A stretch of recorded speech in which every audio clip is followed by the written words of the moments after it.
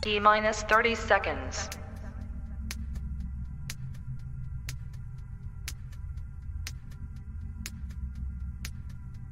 T minus 20 seconds.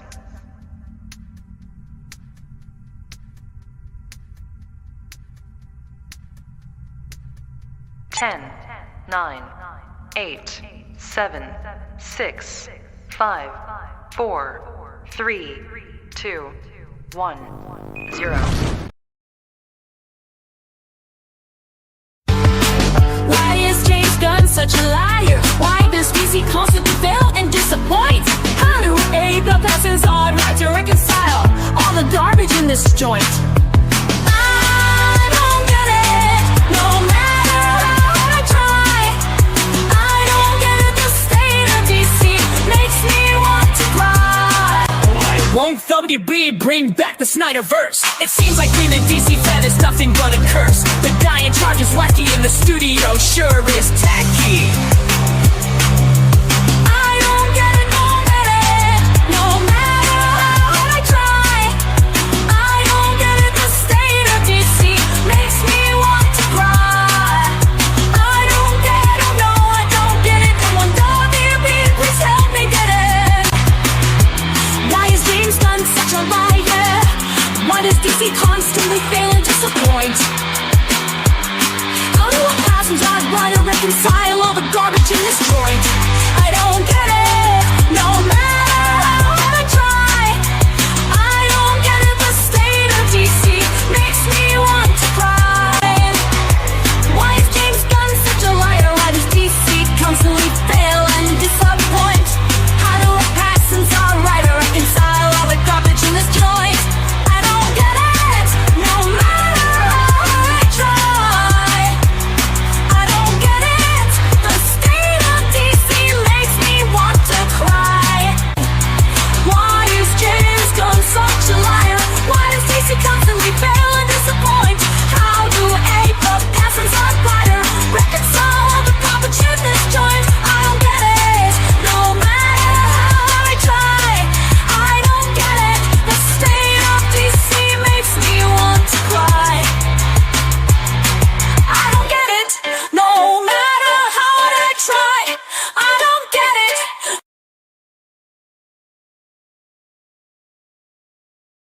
With all the creepy scumbags and detestable pieces of Hollywood filth being exposed for their island adventures, it makes sense they are all signing huge contracts to get paid up front for AI use. How the hell else a movie's going to be made at this point? I don't get it. Anyway, shout out to my good friends APass and ZodWriter for calling out the mountain of bullshit that never seems to stop rising. I got one more question though. When James Gunn gets locked up, who directs Superman Legacy? Hashtag sell ZSJL to Netflix, sell Snyder verse to Netflix. Welcome back, ladies and gentlemen, to an all-new live must-see episode of I Don't Get It. I am ZodWriter, and this is the host of the show, APass. Hi, everybody. Long time no see. I hope everyone's doing good. How are you doing, Zod? I'm doing wonderful. I mean, I'm feeling so good today. I mean, considering all of the crazy topics we have to talk about tonight, I just got to say straight off the bat, right off the bat, publicly in front of everybody, that I absolutely love the interview you did with Bat Dan last night, or what Bat Dan did with you, because that was wonderful. I mean, I couldn't be happier. In fact, Bat Dan's in the chat. I loved it so much. I watched it twice. I watched it again after it aired live, and I watched a couple other things before I went to sleep. And it was just wonderful. There is, and Bat Dan, you know this. I told you this, but I'm going to say it publicly. You are a fantastic interviewer. You do Yes. great work. This was your best interview, and I cannot wait to see more of what you do in the future with Bat Dan's interviews. That's a great stream. And if you haven't checked it out, you definitely are going to want to do that, because they are, I mean, this was one of the most honest, most fantastic interviews I think I've ever seen on YouTube. Really great stuff. So yeah, you guys. Thank you so much. Shout out to Bat Dan, honestly. Yeah, I had such a great time and great conversation, and I look forward to hopefully hopping back on again for Sucker Punch, the Sucker Punch review. When So he said Sucker Punch, I was like, because I think Sucker Punch was one of the things that you and I talked about possibly doing a watch party in the future. yes, we did. And I know that behind the scenes, you and I talk about a lot of movies. We have a lot of, as you pointed out yesterday on Bat Dan's interviews, we have a lot of great things in common that we discuss all the time, and we've had movies that we've literally broken down to their molecular level. And I mean, I would say that Sucker Punch would be one of those movies if you and Yeah. I really started discussing it. I mean, I think we actually did, though. I think we actually talked about Sucker Punch a little bit. And We did. but I think that would be a great stream, for you and Bat Dan to discuss it as the movie because we all know that Bat Dan is currently planning to rewatch all of Zack Snyder's movies, Yes. with appropriate individuals prior to Rebel Moon Part 2 coming out. So Yeah. that's gonna be wonderful. Exciting stuff. I'm excited for it, big time. I'm just like, Guitar. Nessa. Shout out to Nessa. Nessa's Like, another one. She made her oh, debut. She made yes. in between our I don't get it. You want to talk a little bit about Nessa's debut that she made streaming debut? It was awesome, Nessa. Like, legit, you're a real person. Like, I mean, like, just like everybody else in Soul Nation, I think we're all like very similar in that we're very genuine.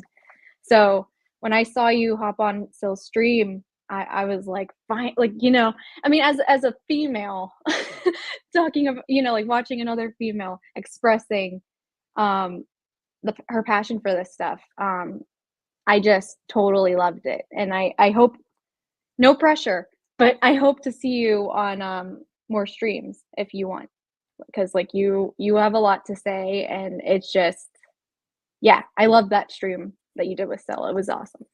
I loved it too. It was great to Yeah. see. And this is the thing. I'm gonna say this now for all the people that give me heat and give me hate online about my views and stuff. We need more female voices on these streams. It doesn't have to be, all testosterone. You got to have female voices out there speaking their minds and saying their things, especially when you get brilliant people out there like yourself, APass, and Ness. And I mean, it's amazing to me because this is, there people say that kind of stuff all the time, like, oh, it's only a man's thing. Only men are into DC. Only men are into Star Wars. Only men are So into stupid. It's all so stupid and ridiculous. It's So not that stupid. it's not that there's I don't even buy into the whole idea about the whole sexism thing with all of these movies and things. I don't buy into Yeah. any of it. I think it's all just a matter of making good entertainment, making the stories be the primary focus, and Yes. allowing everybody to enjoy them. Because if you make a good story, whether you're male, female, transgender, whatever, you're going to be able to relate to the story because the story is what's important. It doesn't matter what you are. It doesn't matter what you identify with. None of that should ever be a factor. Someone's sexuality should only matter between them and their significant other. That's it. Facts. That's Facts. it. I don't understand why it's something that we as a society have to be constantly told that it's like the most important thing. Because personally, I don't feel like anybody should have to be defined by their sexuality. And I No. and I have a real problem with people being defined by that. Again, like I said, I don't care what you identify as. I don't care what your beliefs are. I judge every relationship or friendship or whatever that I have on an individual basis. I look at everybody for who they are, how they treat people, and again, by the content of their character, not by the Mhm. color of their skin, not by who they decide to sleep with, not any of that stuff. So to me, the whole thing to me is just ludicrous.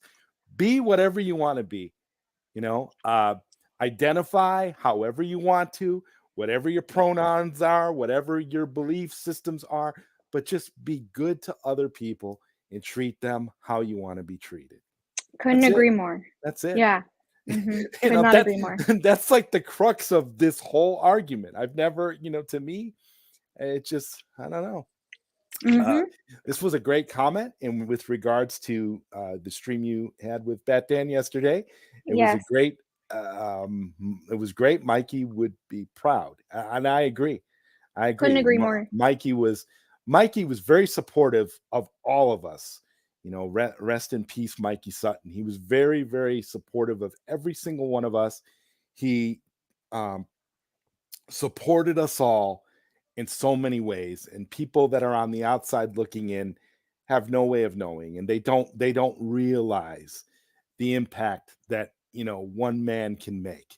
I sit Right. there and I say one person can literally make a difference. It is not you have no idea. Mikey extended his hand in friendship to every single one of us. He was very supportive to all of us. He treated us all as equals, with respect. He took us all seriously. He welcomed us all into his creative endeavors, was participating in a lot of our creative endeavors, and he's a beautiful person who will forever be missed. And Yeah. when I saw, and I can't help, I mean, I was tearing up. I was tearing up like a baby watching your stream yesterday, because there were so many things that you said that blew me away. And the Mikey tribute that Dan did at the beginning was very touching and Oh moving yeah. as well. It was hard for me, watching it. Like, I was like, and because part of me was crying because it was sad. Part of me was crying because it was beautiful. Part of me was crying because I was so happy and so proud of you and so proud of Batman for putting out such genuine, pure, positive, wonderful content. And that's what it should be. And I mean, I wish we could get more of that type of thing. And it just, I don't know. I'm rambling now, but No, you're not. No, I I'm loved I loved your your appearance on there. I can't stress that enough. I appreciate it. I really do. I had such a great time on there. So thank you, Bat Dan, once again for inviting me. Very honored to have been on. For sure. I mean, we've got so many people here in the Sing chat. I Havoc. think they all want. I think they all want to. They all want us to roast James Gunn. And I guess I Ooh, don't get it. We've kind of made our reputation. We've kind of built our reputation on our James Gunn uh yeah. corrections. I would say it's James Gunn corrections. It's not so much roasting James Gunn or throwing shade at James I Gunn. mean, I no. don't necessarily think that it's, see, a lot of it, people think that it's personal. I mean, we get attacked a lot on social media for the things that we say, and a lot of it is just out of ignorance, coming from people who don't understand the the behind the scenes aspect of it. Right. And because you and I and others are so steeped in the lore of the behind the scenes aspects of what's going on with James Gunn and Warner Brothers Discovery as a crooked, crappy studio. It's hard to separate that and say, give James Gunn a chance. It's like saying, it's like somebody that, somebody that just blew up a building turning around and saying at the end, give peace a chance. For real. I don't, I try hard to be fair, even to James Gunn. And I know you do too, APass. We try our hardest to be fair to him. He just makes it very difficult. He really does. Really does. Yeah. And Bat Dan is wasting no time extending invitations. And Bat Dan, you are absolutely a prince among men, and I will definitely I am definitely willing to accompany you on any review that you want me to. I mean, you have become a really, really good friend of mine. And I don't, and again, I don't, I'm not ever going to, I would never say no to APass. I would never say no to you. There are some people in this community that I never would ever pass up an opportunity to collaborate with on anything. So anything you want to do, Bat Dan, that's absolutely fine. Wonderful. Sounds great. Looking forward to that. Love the idea. And Nessa says, thanks so much, APass and ZodWriter. No, thank you, Nessa. Thank you for being another voice that we need, another voice that is, that all of these communities need voices of all genders, races, colors, creeds, whatever. Everybody, this world is diverse. Mm-hmm. And these voices need to come from everywhere. Not because of what you identify as, but because of who you are and what you have to say. That's what's important.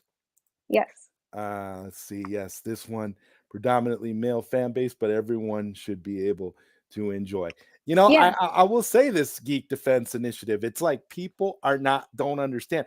People underestimate the amount of female fans that there are in these genres. Mm-hmm. I mean, okay, I'm up here with the beautiful and wonderful APass. We do this show every single month, right? We do episodes here and we talk about a wide variety of topics. And you've heard her go scorched earth. Okay, many times. If it's a predominantly male thing, I don't know. I would kind of disagree with that, just simply because there's a lot of women out there that support these things and are just as big of fans as we are, but they don't come out and speak about it the way APass does, the way Nessa did the other day. It's not that they're not there. It's just that we don't see them. You see, and to me, that's the problem. I think that's where we have this diversity and identity thing all wrong, because it seems like society is pushing the wrong message about people in general. They are. No, you don't want them to be highlighted because of their sexuality. You don't want them to be highlighted as because of their gender. You want them to be highlighted as people who have intelligent things to say about what's going on in society. Facts. I don't care who you are. If you've got the cure for cancer, come with it. I don't care who you are. If you've got ideas for, making WBD a better company, come with it. It's not about any of that other stuff. And to me, I sit there and I say this all the time. I'm like, you have so many talented people out there who feel marginalized and are afraid to come out and speak up about how they feel. It's like it's like you said yesterday on the interview with Bad Dan. You know, you never saw yourself doing anything like this. This isn't what you had an ambition to do. Right. Yeah. And I would say the same thing about myself. I never had an ambition to be on YouTube. I was an internet radio guy. I liked using my voice. I didn't want to come on video, and I like writing. I call myself ZodWriter. I write. I don't want to, I didn't want to do this either. But at some point you realize that if you can get your voice out there and you can make a difference, if you make a difference in one person's life, then it was all worth it. And you've made Right. and you can feel accomplished and know that you're doing the right thing because you are making a difference. And I feel like we are making a difference. I feel like all of us in Sill Nation are making a difference. And with our friends over at the Cool Table, and of course, Yes. and all of this, we're all making a difference in our own way. We are all contributing to the things that we are passionate about and the things that make us happy. Hmm. So I don't, so all this crazy stuff that we see now with society and people, and it's like I am hoping that I live to see the day where humanity is united as a species and we are living for the benefit of the species and the benefit of carrying ourselves on for future generations. Because if we keep up like this with the petty squabbles and arguments and wars and BS that we deal with on a day-to-day basis, society's not going to, statistically, human beings are going to go extinct sooner than later because they can't agree on anything long enough to really make No. a difference. And these are things that need to be changed for real. Agreed. Couldn't agree more. People should be defined by their actions, specifically their actions when things get ugly. Exactly. Absolutely. Hmm. Absolutely. It's it's crazy. Let's see. Agreed. Osa fresh. Yes. Yeah, we all miss Mikey so much, Taladia. You are not alone. Mikey was wonderful to all of us. Got my good friend Phil, aka PD7, in the chat. What's up, PD7? Looking forward to checking you out playing some Mortal Kombat 2 later tonight on a live stream a couple hours after I Don't Get It. I'm definitely looking forward to that. Awesome.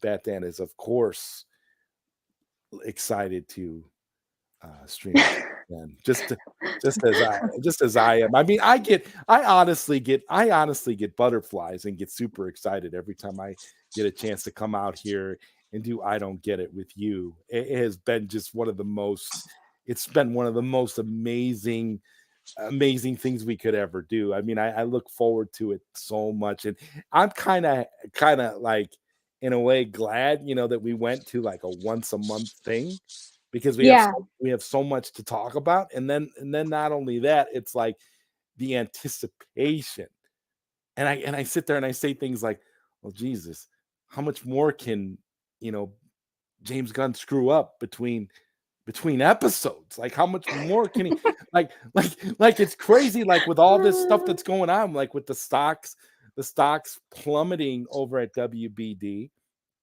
Oh, that is horrendous. And I guess that's our first topic. Since you used the word horrendous, I will take that as a transition. That is like a whole nother level of failing, man. Like, I mean, the fact that they said that the stocks are the lowest since the Great Depression for that studio. Yes, lowest since the Great Depression. Is wild. That is wild. And it's like it could have easily been solved. But they once they're on a track, they don't want to get off of it, for sure. They never do. Once you set your mind to something. I think that when they get below a certain point, like it's really low now, and it just continues to drop. But here's the thing: when it gets to be about, I don't know, it's like the $8 range. I think they're at like they're in they are in hostile takeover territory. APass.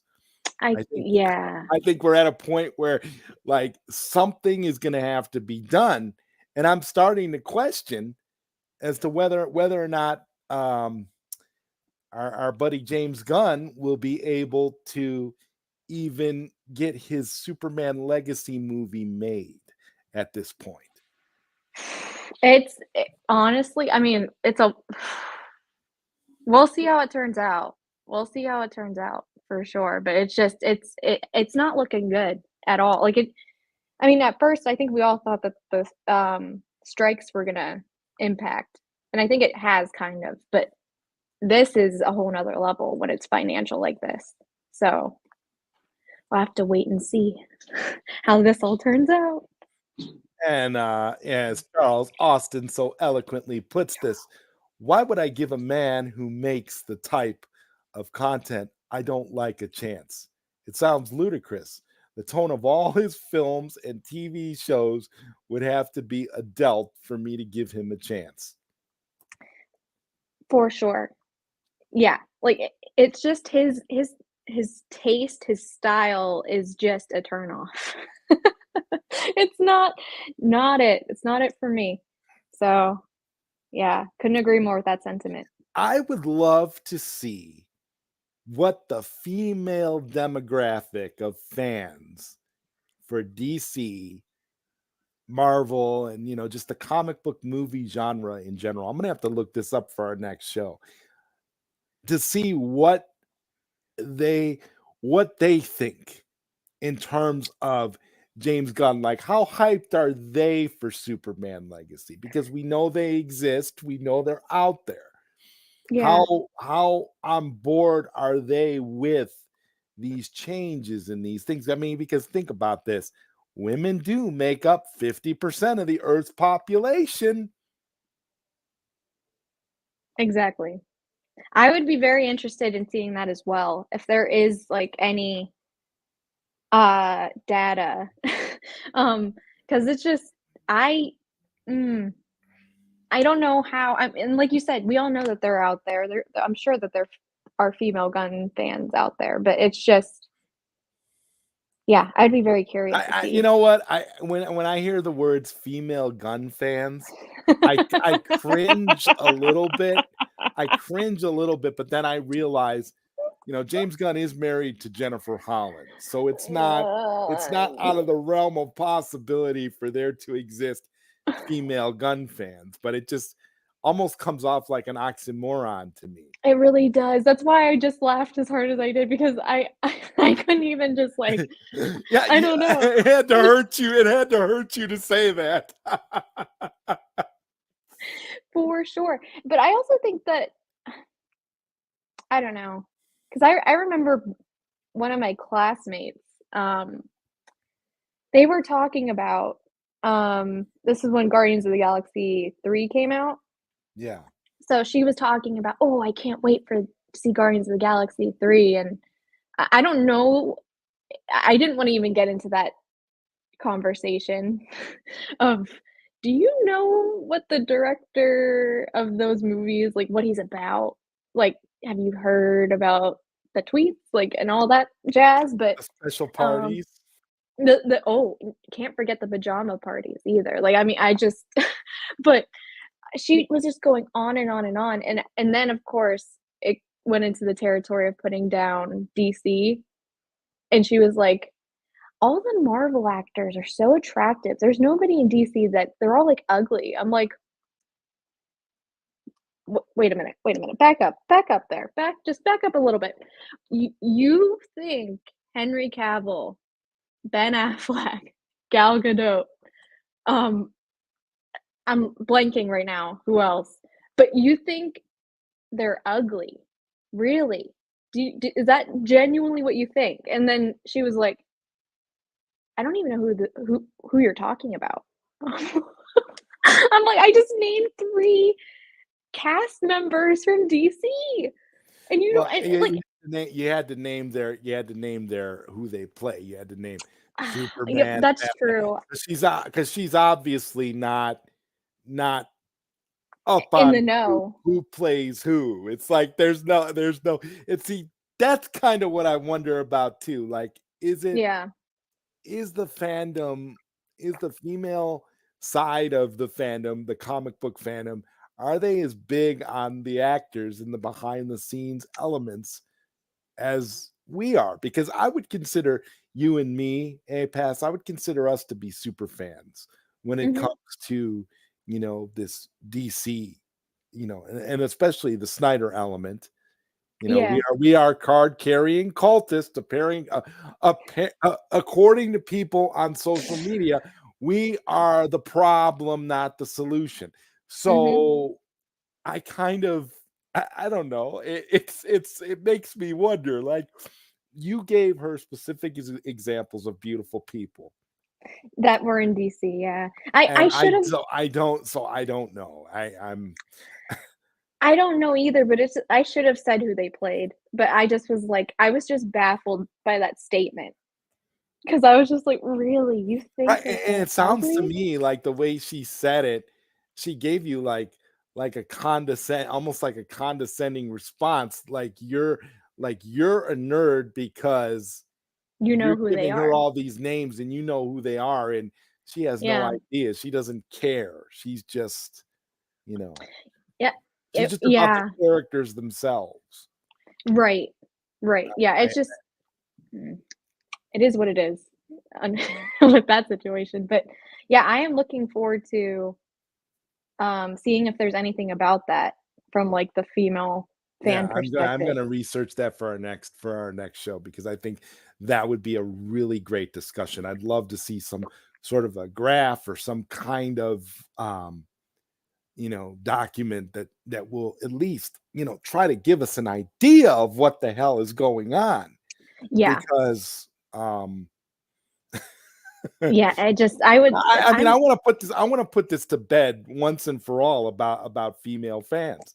Female fans are just as important as male fans. It's not that one is more important than the other. And I get so sick of it being turned into this, to this like gender clash, and people Yeah. making it about, well, this and this and this, and these people, they don't like the movie, they just don't like strong female characters. Strong female characters have existed for decades and decades and decades, okay? Mhm. These are people that haven't watched the movie that was made before the year 2000, I guess. For real, like, as soon as you said for decades, I think the first person I thought that was, like, a badass, like, um, female in cinema, uh, Barbara Stanwyck. I don't know if you guys know Barbara Stanwyck, but, like, she was in Double Indemnity, Mhm. um, and just a bunch of other, You, classic you know, you Hollywood know, you movies. know, you know who pops into my head immediately when I just think badass female character? I think of Sigourney Weaver from Alien.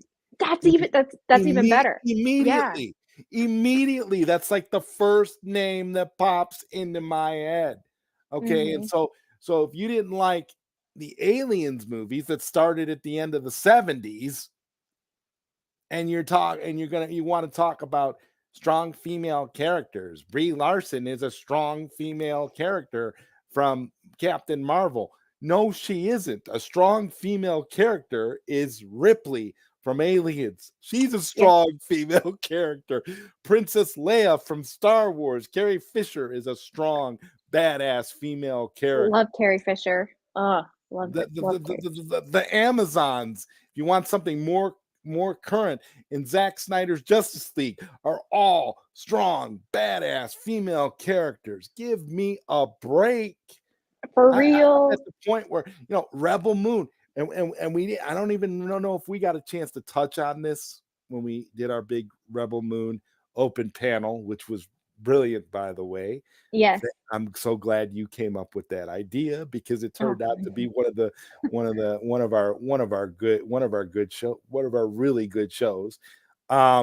And but yeah, Cora. Cora was, I love Sophia Butella. Like, she was incredible, and I can't wait to see what her arc is.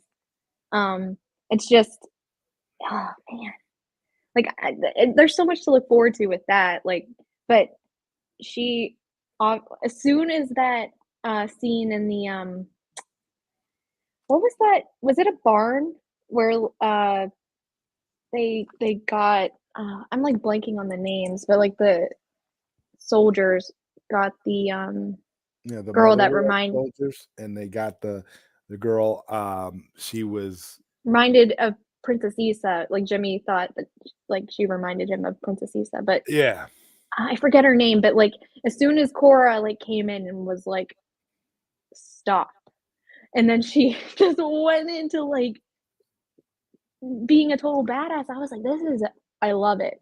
And that's one of the things that I love about Zack Snyder too. It's just like his female characters are just, it doesn't even have to be the, the Wonder Woman and the core of it all, like, or even Sucker Punch, where they're like just physically badass.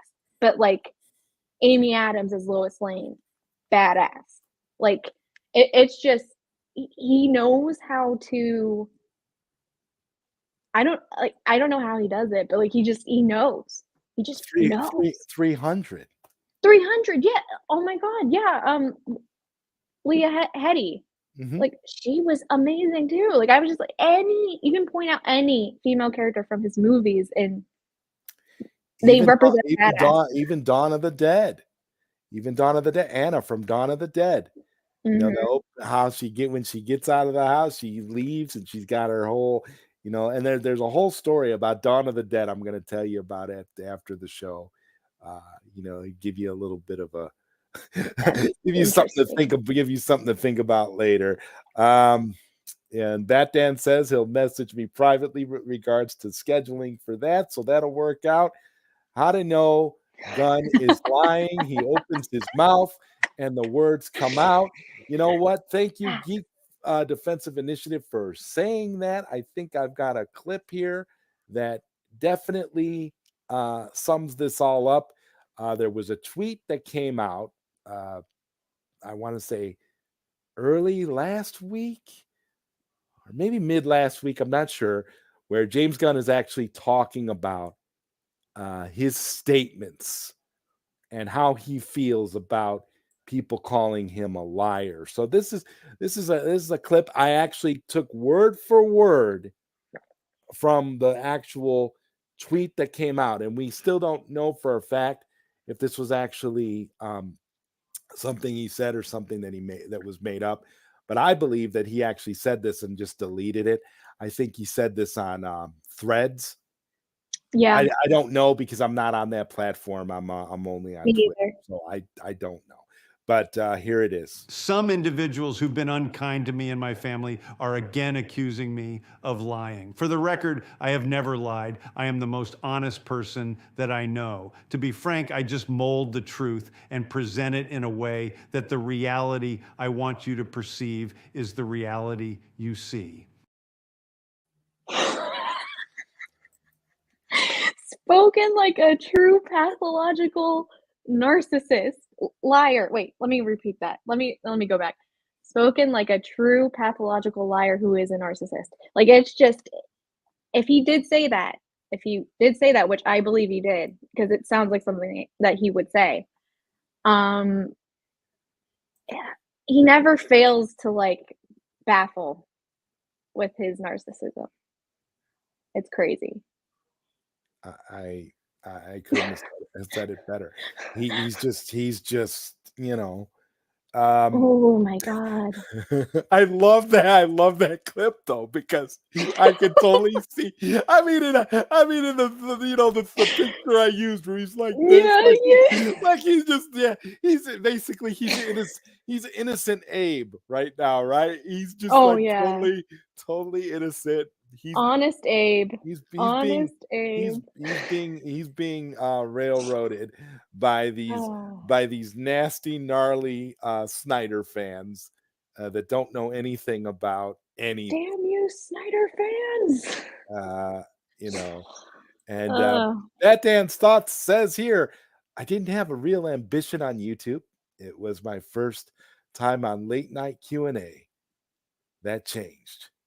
wow. Well, I'm glad late night Q&A was able to give you the inspiration that you needed, Bat Dan's Thoughts.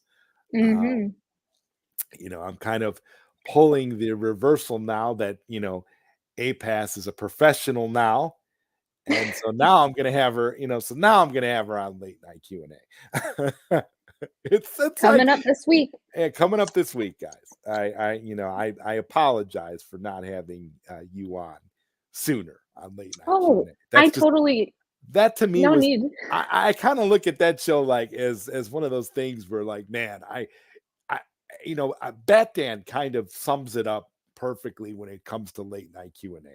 Late night Q&A is almost like, for me anyway, like backdoor pilots where I'll bring somebody on and like if the chemistry is good or whatever, I'll consider streaming with them again and doing everything. With you and me, as you pointed out yesterday, none of that needed to happen. We knew we had it when we were able to just start talking to each other. So it Right. wasn't even an issue.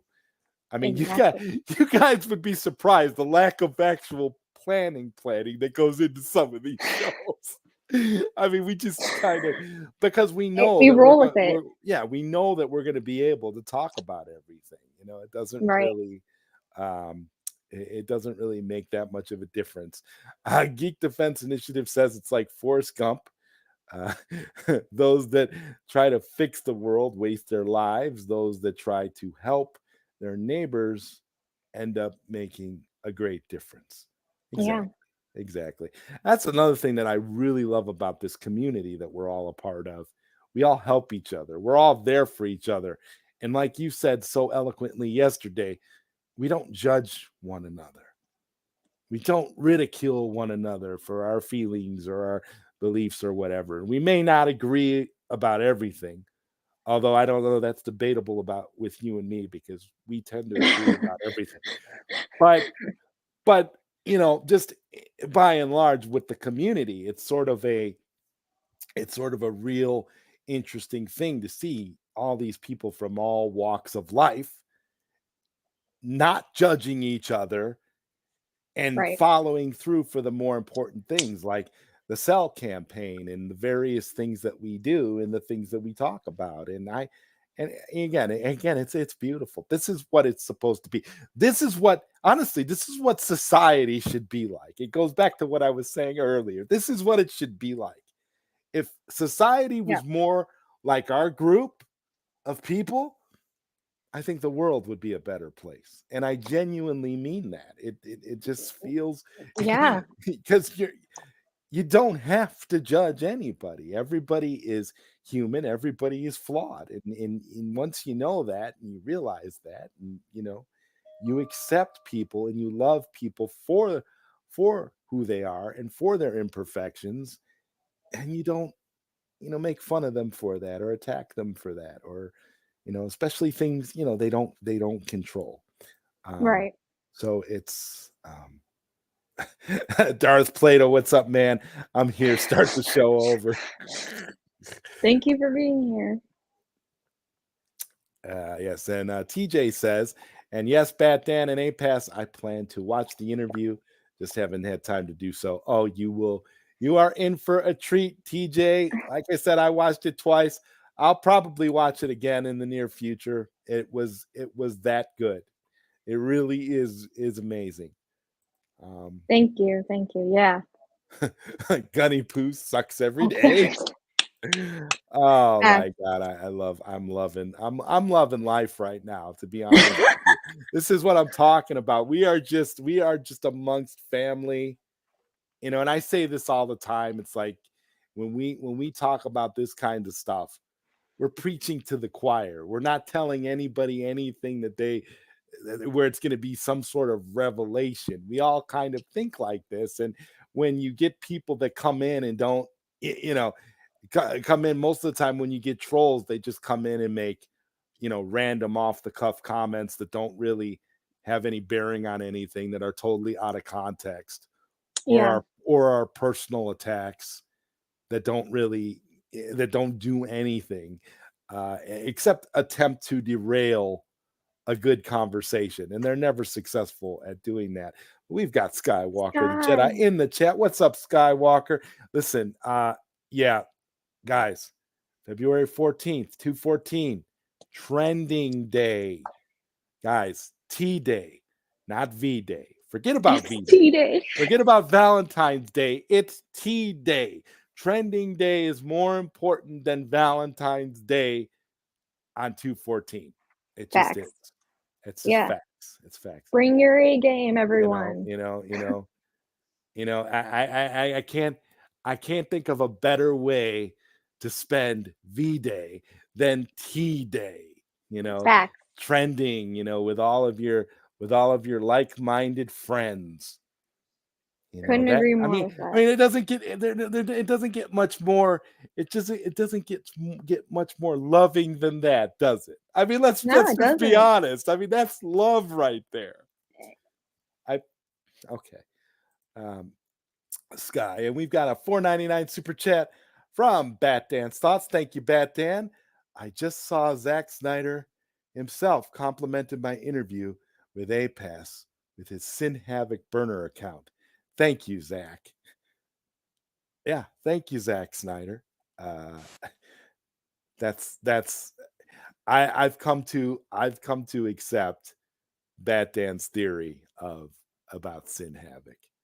I'm starting to too. I'm definitely starting to. And you know what? What the great thing is? It's totally something I could see Zack doing, because Zack is a fan, right? So he Right. want to be around fans. And what's a bigger fan base for Zack than Sil Nation? What's a bigger fan Facts. base? I can't name another one. I mean, I think we're the We are it. We are that fan base. We are the most united. We are the most on point with each other, and we are the most, dedicated to the cause. agreed. I don't think it gets any bigger than that. So for you, Bat Dan, we've got to give you something for your super chat, because your super chat is awesome. So we're gonna give you let's see what we should do. Let's give you some time. People are wondering why in the hell I would sign a deal with the crooked Warner Brothers. I know it seems stupid. It's likely the dumbest move of my career. I'm talking jumping on Oprah's couch kind of ridiculous, I know. Henry Cavill called me up and gave me his condolences. I do these kind of things to satiate the boredom in my life. Got to keep things interesting and take risks. I know APass and ZodWriter are going to spoof me on their next YouTube stream. I don't get it. Maybe I deserve it. Anyway, hashtag sell ZSJL to Netflix, sell Snyderverse to Netflix. So there we go from our good friend Tom. We got to give Tom some credit there. Yes. So thanks, Tom, for coming in, and thank you, Bat Dan's Thoughts, for the $4.99 super chat. It helps the channel. Definitely. And Sin Havoc says, "Let the WBD fire sale begin." Yes, Zack. Let it begin. The WBD fire sale is going to. I'm gonna pull up something, APass. I want you to look at this. I don't know if you got a chance to see this earlier, but I'm gonna pull this up for everybody here to see. Let me first find it. I'm taking a page out of Aaron Fisher's book now, where I actually have a folder for social media, for stuff I grab from social media, so that I could pull it up during the shows, because I think it's important to be able to to illustrate certain things from time to time. But where the hell is the thing I want to show? That's so funny. I thought I had it in the right folder, and now I'm not seeing it. Well, we could Well, we could start by actually wait a minute. Where is it? I know I had it. Did I just not put it in that folder? Oh, I didn't put it in the folder. Okay. Oh, okay. Yeah, I just had it on my desktop. That's how excited I was. I just wanted to Oh, I see Retro Nerd Girl. Shout out to Retro Nerd Girl. Thank you shout for out, being here. shout out to another strong female voice in the fandom. Yes, Um, definitely. Definitely. that's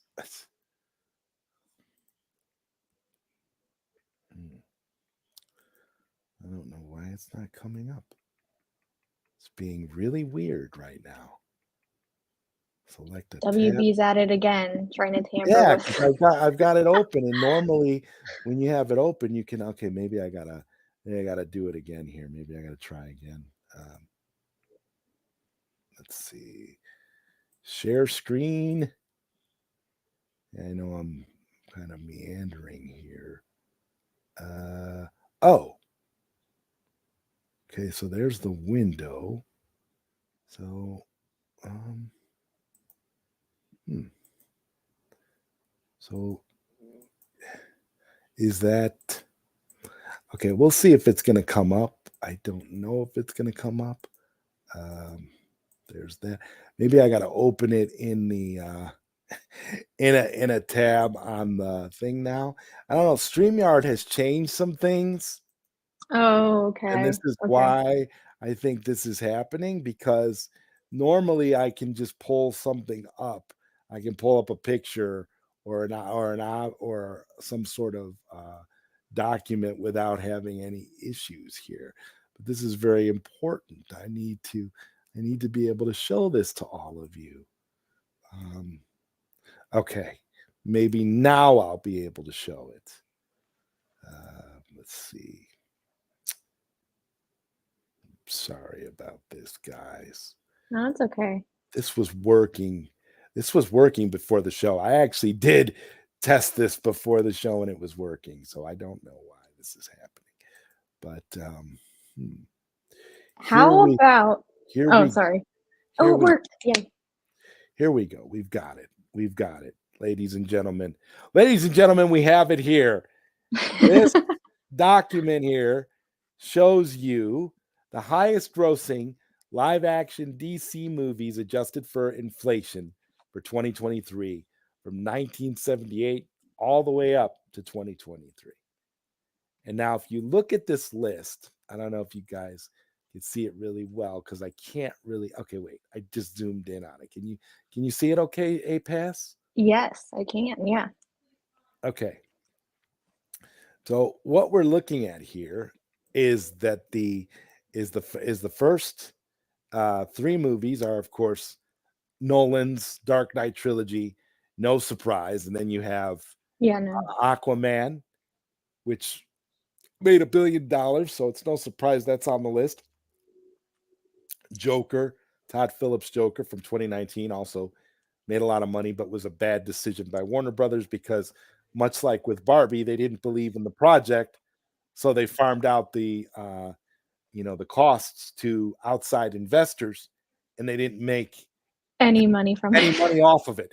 So as big of a hit as it was, we've got Batman Damn. 89, and then this is where things start to get interesting. We have Batman v Superman, Dawn of Justice from 2016, number 7 on the list.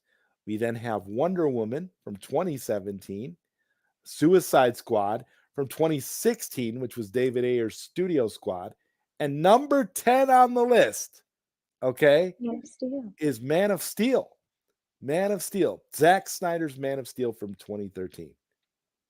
If you go down a little bit further, you'll see Justice League from 2017 isn't all that bad in terms of where it ranks on the list as number 13. But what I want to pay close attention to here, what I want everybody to see is all of the movies that came after Zack Snyder's departure from Warner Brothers Discovery.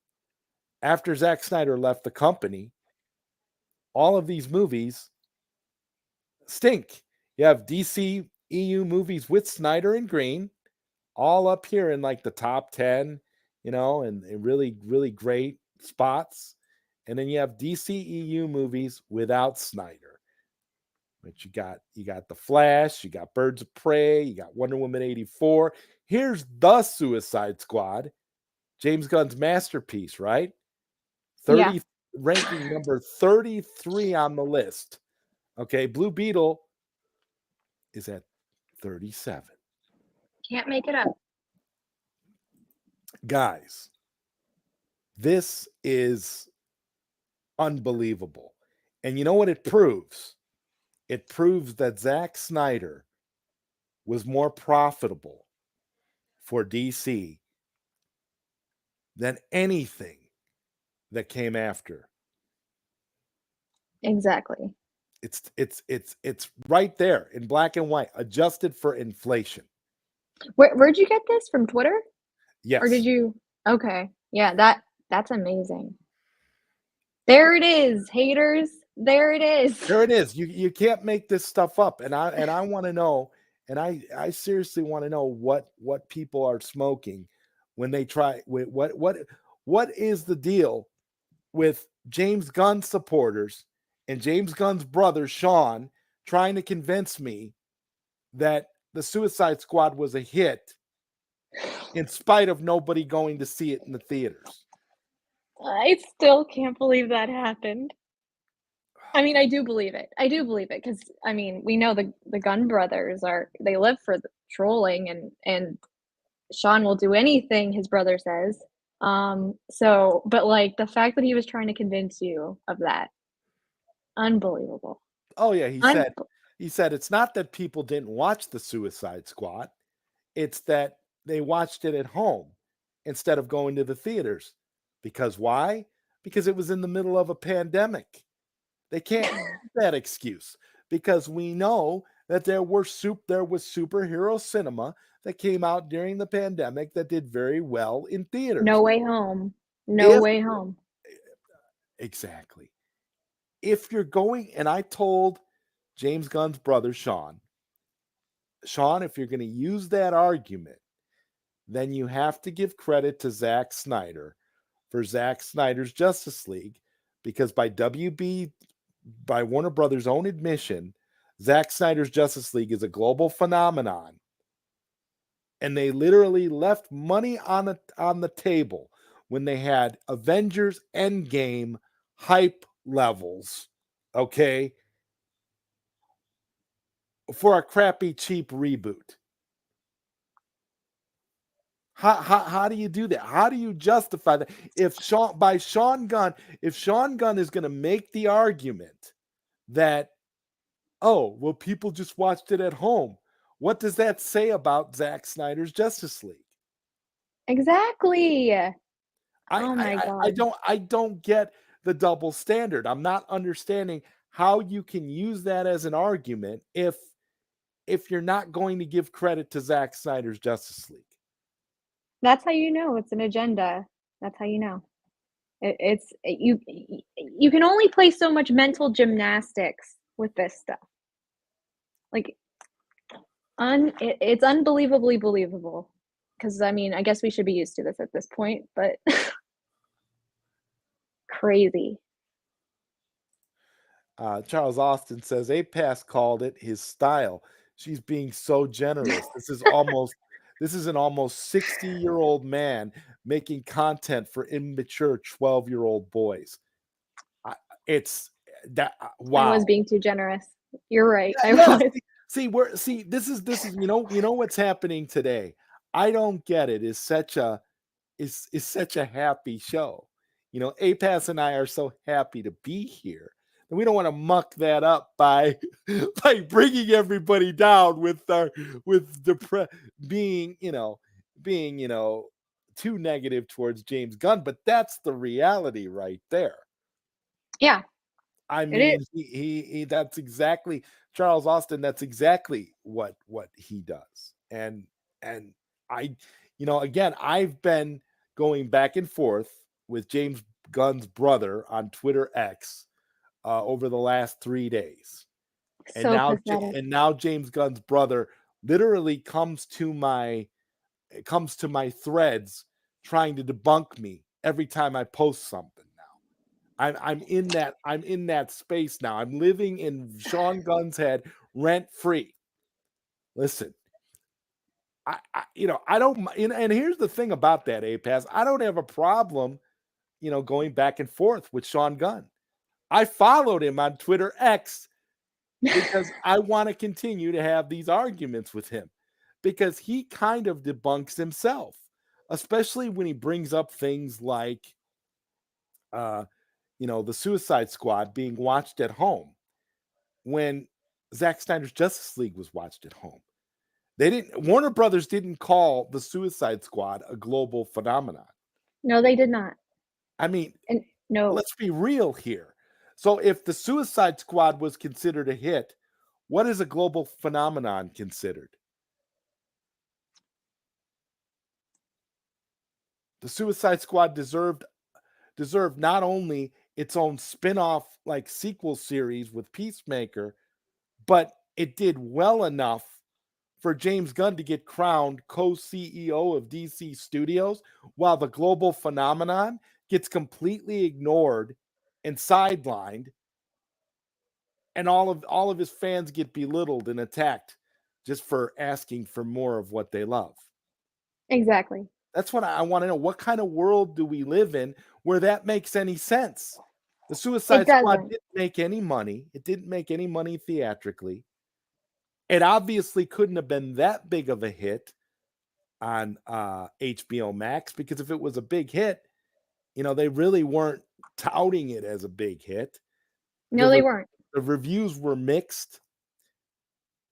And Zack Snyder's Justice League is a global phenomenon. So I'm just trying to figure out what the trade-off is. What makes the Suicide Squad more valuable than Zack Snyder's Justice League? What makes the Suicide Squad more valuable than the Snyderverse? He actually said in the post, he said that, the Suicide Squad had a lot going against it because it was a sequel to a bad movie. So he was throwing shade at David Ayer. And David Ayer, what has David Ayer been doing this whole time? Up until recently. Like, kissing up to someone who literally thinks that way. Like, thinks that his movie, like, you can't make this stuff up. You really cannot. Like, the fact that Sean Gunn made an account with his name on it and said, it says Sean Gunn's burner, and he is hopping on every tweet that you do pertaining to this subject matter, because he gets triggered by the fact that we are pointing out facts.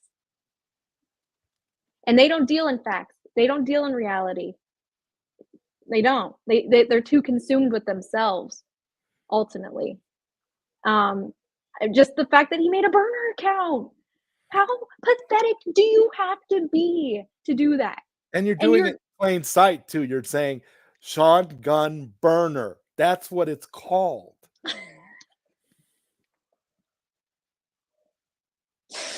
Can we cue the Curb Your Enthusiasm music real quick?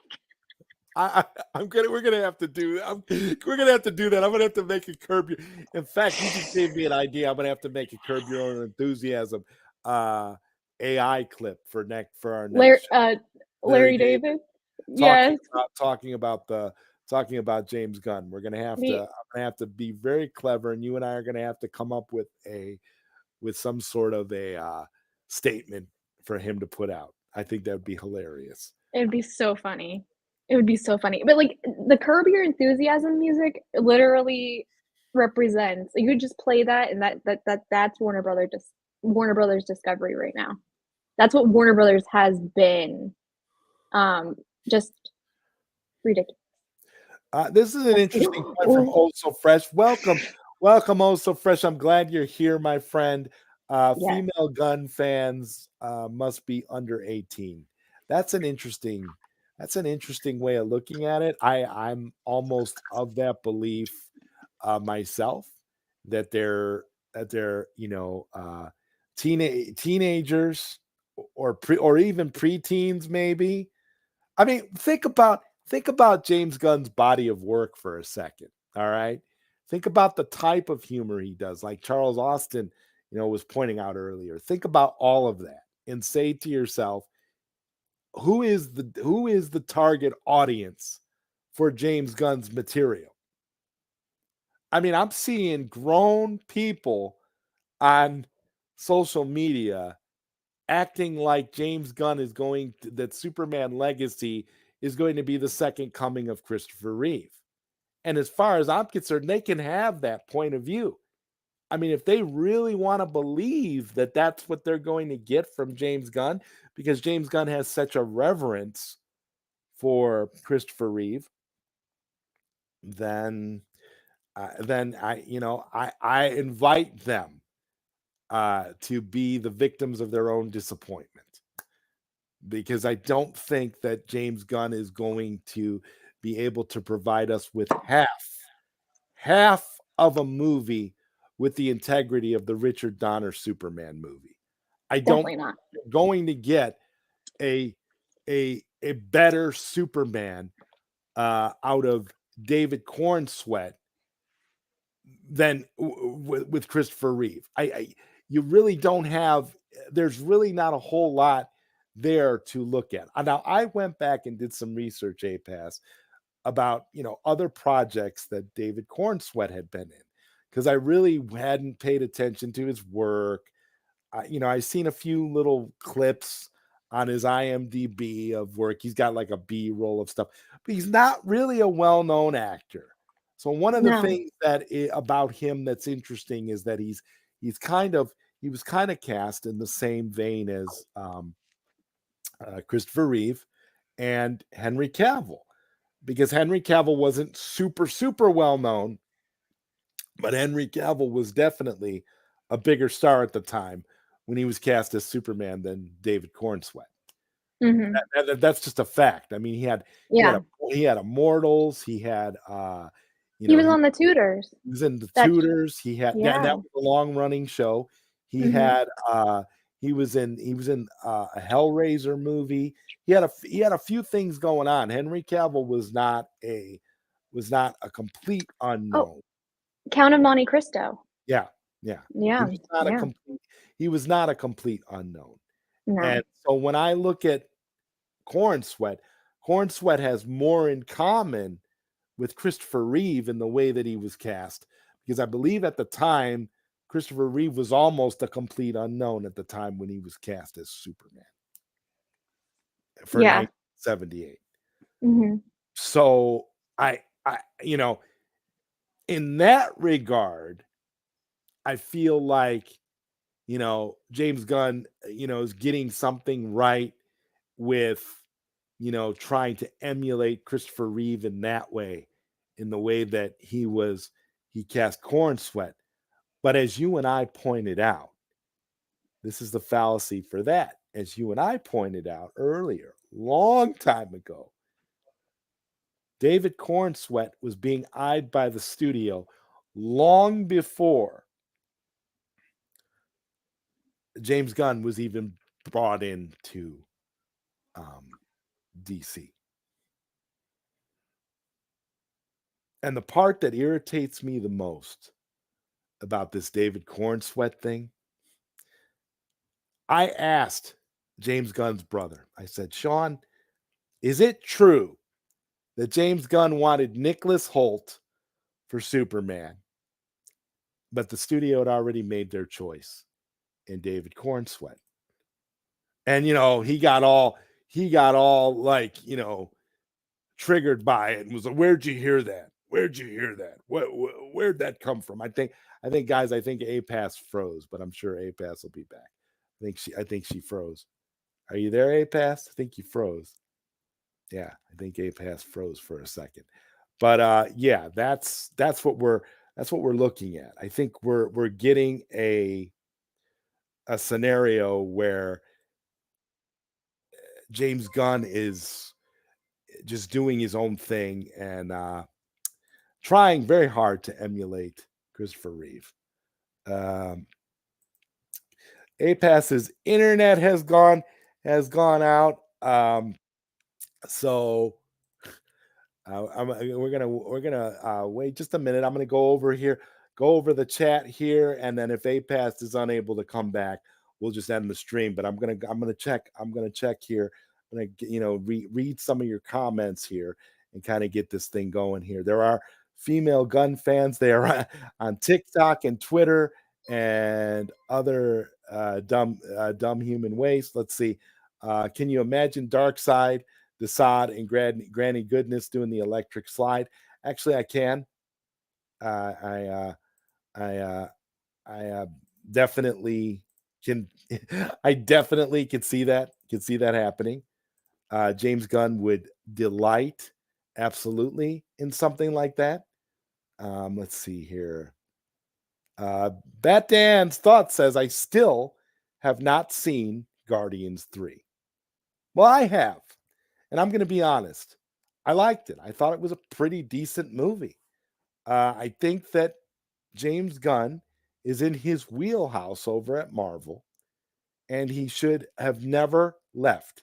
His brand of humor and the things that he wants, the messages he wants to convey, because they all want to convey messages, is better over at Marvel than it is DC. I don't want to see him in DC. I don't think he's the right man for the job.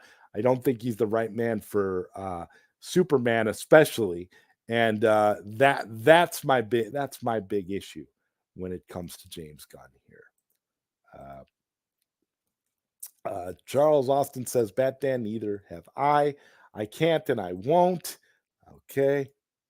Affleck and Cavill are beautiful, and I'm a straight man. Awesome.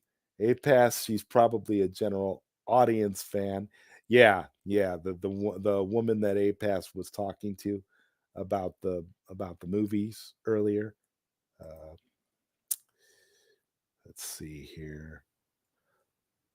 We've got the bad guy Mike Worley in the chat. What's up, bad guy? Good to see you, buddy. Don't panic, guys. APass is still trying to get back on. She's having horrible internet issues right now. She's trying to get back to the chat, so hopefully she can get back on as soon as possible.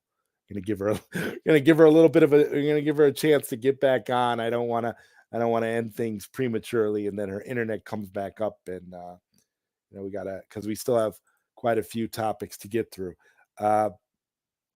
Sin Havoc, should we worry about Zaslav purposely tanking WBD, delaying Cell? That is a great question, Bat Dan, and I think that's a question that Sin Havoc will be able to answer for us.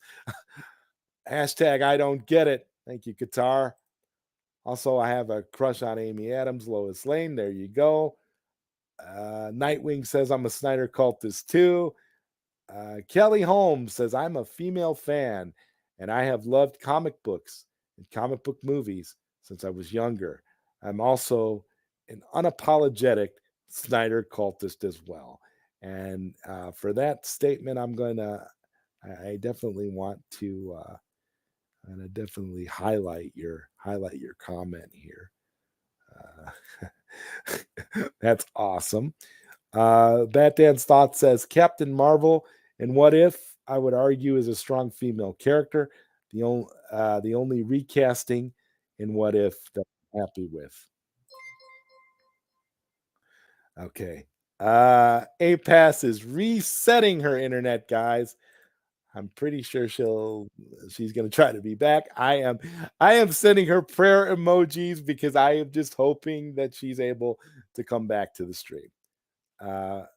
Brie Larson's Captain Marvel is not a strong female character. Wanda is stronger than her. I agree.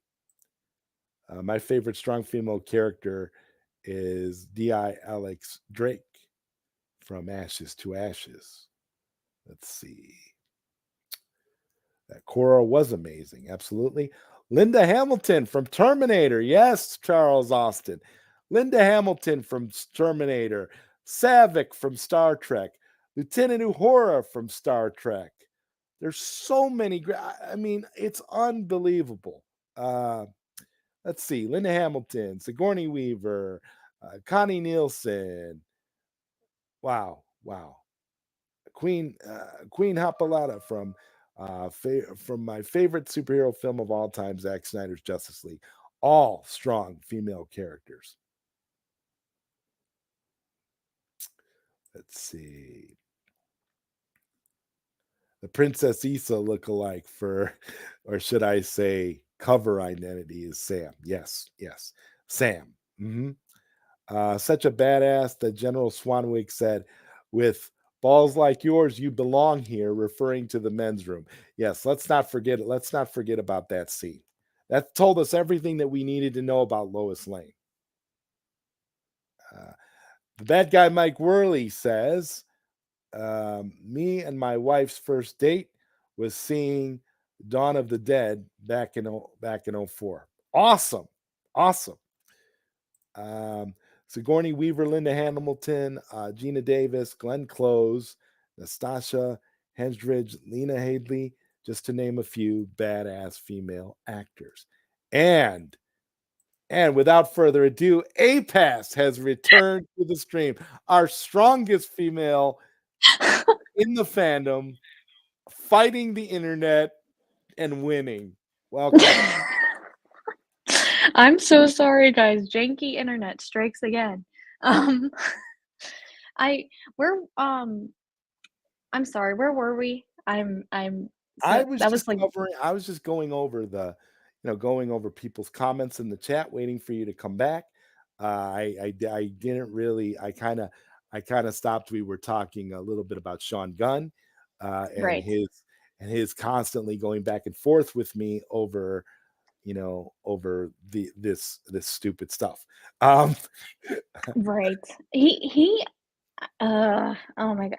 I mean, I know we kind of like touched on it, and it's baffling, honestly, that a grown man would be doing this. It's baffling.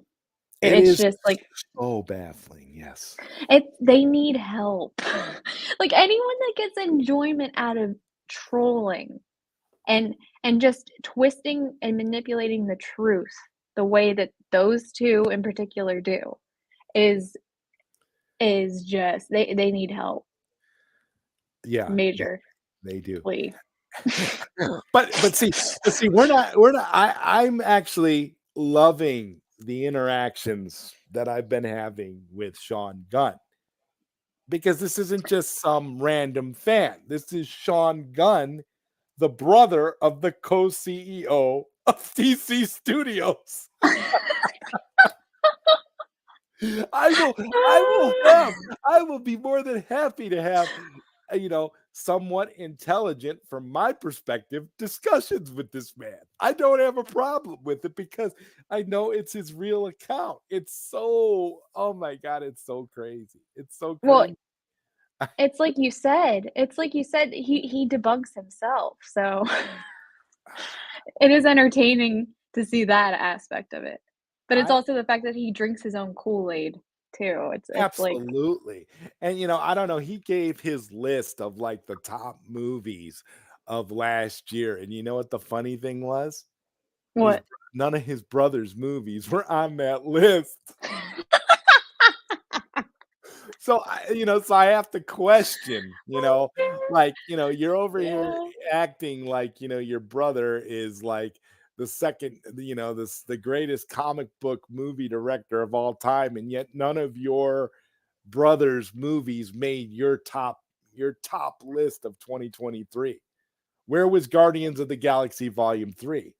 Thank you very much. Like I said, while I don't like James Gunn and I don't think he's the man for DC, I did not have a problem with Guardians of the Galaxy Volume 3. It was an actually enjoyable film for the most part, if you're invested in that continuity, if you're invested in those Marvel movies. I could take them or leave them. I haven't particularly been invested in Marvel since Endgame. everything kind of ended for me after Endgame. I really wasn't interested in anything that they did, but I did like, the Spider-Man movie that came out during the pandemic. I thought that Yeah, movie that was was great. really good, and it was a great way to get people back into the theaters. Oh, So for sure. so Yeah. I mean, I got to give Marvel credit for that. So I wasn't. So for me, So again, shout out to Batdan and shout out to our good friend Socks, who does Batdan's marvelous discussions on his Yes. channel, where he talks about all this Marvel stuff. And even though I'm not the world's biggest Marvel fan, I tend to uh, always want to make sure I'm there for those streams live when I can be there, because they have some actually great insights, and they kind of watch these movies and these Disney Plus Marvel TV shows so that fans like us, APass, don't have to. Exactly. So to me, it kind of it really is quite good. The Emancipator TJ says, Zod, APass, I'm on Threads. He did say that.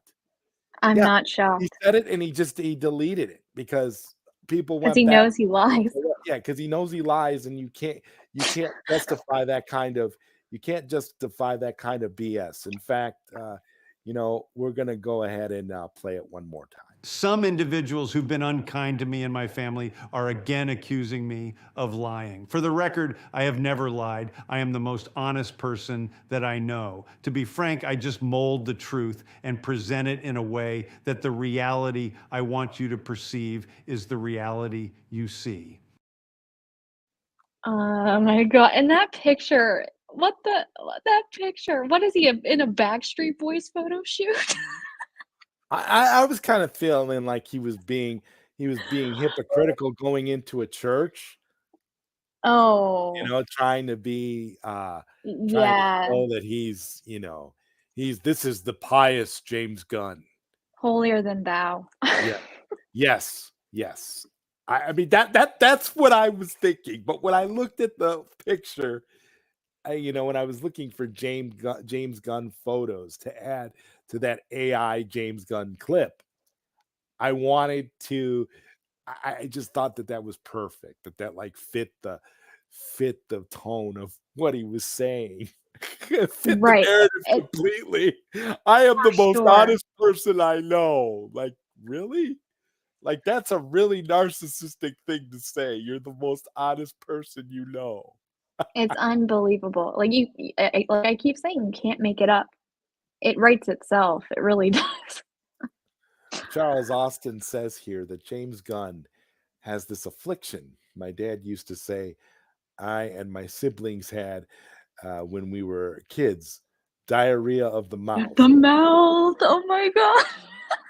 Yeah, yeah. Charles Austin, that is very apropos to Hit the this nail on the head. situation here. You totally hit it. you know, That couldn't be more accurate. you know what, APass? I'm thinking, because this is such a great conversation and we do such a great job with I Don't Get It. One of the ideas that I was having in my head was maybe we should consider also turning this into like a Spotify podcast. Ooh, that is especially interesting. with especially with the with some of the issues that you've been having with your internet too. We could also have audio and have it be an audio thing, and I think it would work just as well, to That is a great idea. to couple with what we're doing on YouTube. But Yeah. we'll have to talk about that later and figure that out. But that was just an idea that has kind of been germinating in my head for a while. So No, uh, that's a great idea. uh, after his failure at DC, James Gunn has a prosperous career ahead of him as the Minister of Information of North Korea. You know, I mean, I I gotta ask how you fail upward in that way. You guys saw the graph that we posted earlier showing the chart that showed you where the Suicide Squad ranked on the list for DC movies. yeah, It was not very flattering. It was like number not at all. 33 on the list. It's number 33 on the list. Man of Steel is number 10. And you got BVS all the way up there at the top, on the top of the chart, towards the top of the chart. Yeah. I mean, the audience was behind Zack Snyder's vision. And I feel like you and I, APass, say this on almost every show because we're trying to hammer home the point that the profitability of Zack Snyder, the idea behind sell ZSJL to Netflix, sell Snyderverse to Netflix, it would be a slam dunk for everybody involved if they want to make money. Oh, for sure. For sure. Like it's viable. It's extremely viable. Yeah, and I think we do say that on every stream, but it's always good to hammer home a point for sure. I can only conclude that that Zaslav, Peter Safran, and James Gunn are deliberately trying to sabotage WBD and run the company into the ground. That's exactly what it is. Because there's no other explanation. You can't do what they're doing, sitting there trying to justify and making excuses when you literally have the stock dropping every day and it's below $10 a share. If Sil Nation wanted to, as a collective group, we could buy up a bunch of stocks and end up owning a lot of WBD. You're right. Yes. Absolutely. It's insane. You're telling me that this is their goal, and you're making excuses for below $10. It's crazy. It's crazy. But that might be something to think about, actually. For real. Coming together like a crowdfunding campaign and buying WBD. Like a GoFundMe, a Sil Nation GoFundMe. Everybody pitches in, $10 because it's $10 a share. If everybody in Sil Nation drops $10 a share for WBD, I think we could end up with a nice chunk in the company. Oh yeah, I believe that. I actually, that could work. That really could. But I didn't know if you wanted to talk about this. And I know probably most of you in the chat didn't see Argyle, but Zod and I did.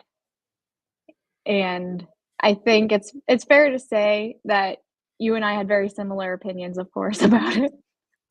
As we often do. Right. Yeah. And extremely misleading with the marketing. That's for sure. And with what Henry was given, because that was literally the only reason why I saw that movie, was to support Henry Cavill. But he did like a great job with what he was given, but it's just, I would like to see more. Like, I'm really excited for the Ministry of Ungentlemanly Warfare, because I think that will be just, I think he'll play a different character, and it just looks like a way better film too. So looking forward to that. Yeah, I agree 100%. Yes. Yeah, and it Matthew Vaughn, I will give him credit for doing original IP, but at the same time, it's like you need to know when to stop and say, is this wise? Or not wise, but is this gonna translate well to an audience? But yeah, it was what it was. My biggest problem with Argyle, apart from the false advertising, seriously, these companies, these studios should literally be susceptible to lawsuits for their false advertising. Yeah. I mean, they literally made this movie look like it was going to be like a Henry Cavill starring vehicle. Mm-hmm. And for the amount of screen time that Henry Cavill had. From what I was able to tell based on my theatrical viewing of the film, he had about 10, maybe 12 minutes total of screen time Yeah. in the entire movie. And the movie was what, 2 hours? And the movie was lame as the day is long. Yeah, it really was. I'm not gonna even we're not gonna lie to you. We're not gonna BS you and tell you that it's a good movie, that you should see it because of Henry Cavill. APass and I, in our discussion about our dissection of the movie after, and believe me, our dissection didn't take long. But when we No. dissected the movie afterwards, the two of us came up with a better plot line for Argoyle than the actual movie that we got.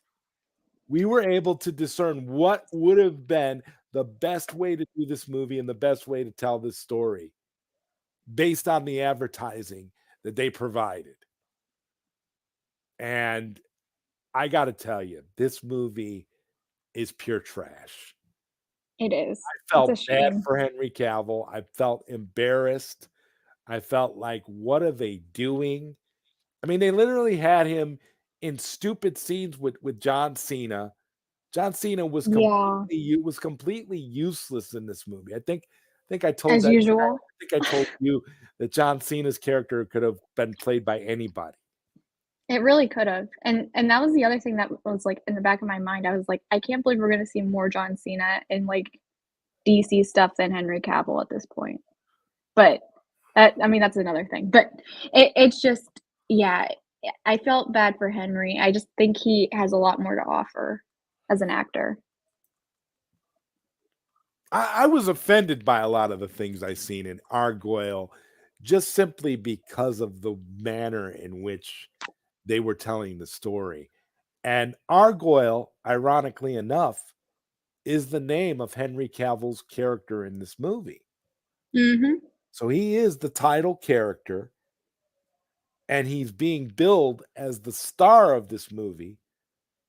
But the amount of screen time he has and the manner in which his character is used. It's just a shame. He's basically not, and I'm just going to give it away. We're beating around the bush here. Henry Cavill's character of Argoyle is a figment of the imagination of Bryce Dallas Howard's character, who's actually the main character of the story, who's the real Yeah. main character of the story. You know, Bryce Dallas Howard does not get second billing to Henry Cavill. Bryce Dallas Howard is the main character in this movie. Period. She is. Yeah. She's in the movie almost the entire time, almost every scene. And yeah, Henry Cavill is just a figment of her imagination. He's not real. Although, No. spoiler again, the movie does try to allude at the very end, and I can't remember if it's a APass. Correct me if I'm wrong. I can't remember if it's a mid-credit scene or a post-credit scene where you see a fan nerdy version of Henry Cavill sitting in the audience, and yeah. It was at the end of the movie. It was like the very end. Okay. Yeah. I don't know. It's murky to me. The movie is so freaking forgettable that by the time it was over with, I couldn't wait. I couldn't wait to get the hell out of there. Yeah. Like I I missed the mid-credit scene. Oh, sorry. Okay, you missed the mid-credit scene. I really did, because I was like, yeah, I'm about ready to leave at this point. Yeah, because they were trying to tie it in with Kingsman. They're trying to tie it in with the Kingsman franchise, which is a much more popular franchise for Matthew Vaughn. He wants to create his own original IP kind of cinematic universe kind of a thing. Yeah. And he promised in the interview that Josh Horowitz had with him and Henry Cavill, which was a great interview. Oh my God, one of the best. I think that was a better interview that Josh Horowitz did than the one he did when he just interviewed Henry Cavill by himself. I agree. I agree Uh, 100% with that. he said something about that we would get more Henry Cavill in future films. Yeah. So I guess that's what that scene at the end was setting up, that maybe that nerd at the end is actually Argyle, and Argoyle. Argoyle. Might as well have been called Argoyle. I mean, it was just I mean, it was terrible. it- I don't like to bag on movies like that. I like to see the good in every movie. But honestly, apart from the 10, 12 minutes that Henry Cavill was in, I don't really they didn't give him anything to work with. They just sort of he was not at all. he was a prop basically. Yeah, and like that's the thing that's a shame about it. It's like he has so much more to offer as an actor. Oh, hi, graphic vandalism. what's Thank you up, for being Johnny? here. Yes, sir. Always good to have you in the chat, my friend. Wow. Yeah, I mean, I would just wait if you guys really want to see the movie, which I don't think you guys do. Wait for it to come on Apple TV or something. Yeah, it's going to be on Apple TV real soon because it's literally made no money. I really feel like APass and I were the only ones who paid to go watch it. Because when I went to see it, there was nobody in the theater. I think maybe there might have been 3 other people. Yeah. Well, my theater was actually more packed than I thought it would be. But it was, yeah, it's just a shame. And I don't like that Henry's getting the blame for the failure either. It's like Oh, this yeah. this lies at the feet of Matthew Vaughn 100%. Like, Especially amongst that's what gun fans are saying now. Gun fans are yeah. trying to use Argoyle as an example of Henry, and even Sean Gunn had said nobody cares about Henry Cavill. They're trying to use the argument that Henry Cavill is not the worldwide superstar that we say he is, that the general audience didn't care about his version of Superman. Nobody's going to see Argoyle because Argyle, not Argoyle. Why do I keep saying Argoyle? It's all right. It's a they're not going to see it because he is not the box office draw that we think he is. And then I love how then they bring up Black Adam in the same sentence. They say, well, Yeah. obviously nobody cared about Henry Cavill because nobody went to see Black Adam. And that's when I get upset because I say, well, wait a minute. Henry Cavill was in all of 7 seconds of Black Adam. And it Yeah. was a post-credit scene. Exactly. So you had to sit through like damn near 2.5 hours of crap to get to 7 seconds of Henry Cavill. Are you kidding me? It's a stupid position to take in an argument. Really, it is. I mean, what is the argument actually? So you're blaming Henry Cavill, who had 10 minutes of screen time in Argyle. You're blaming Henry Cavill, who had 7 seconds of screen time in Black Adam, for these box office failures. And all I gotta say, guys, is wait till Highlander comes out. That's all I can't say. wait. I'm so I sick can't and wait. tired of Henry Cavill getting the shaft that I want Highlander to come out and just be, because even if Highlander doesn't do all that well here in the United States, Highlander has a huge international following, and Henry Cavill is gonna blow up. I'm just as excited. I'm a big Highlander fan, and I'm just as excited for Henry Cavill to play McLeod than I am Henry Cavill to come back as Superman. I think it's going to be that. It's going to be that amazing and that good of a vehicle for him, and it's not going to be He's not going to be a dream or an apparition or a figment of somebody's imagination. He'll be an actual real life character, for God's sake. Finally. Yeah, like I don't know too much about the lore, but I am excited to learn more about it and see this film. Oh, Um, it's wonderful, wonderful. yeah. And Right.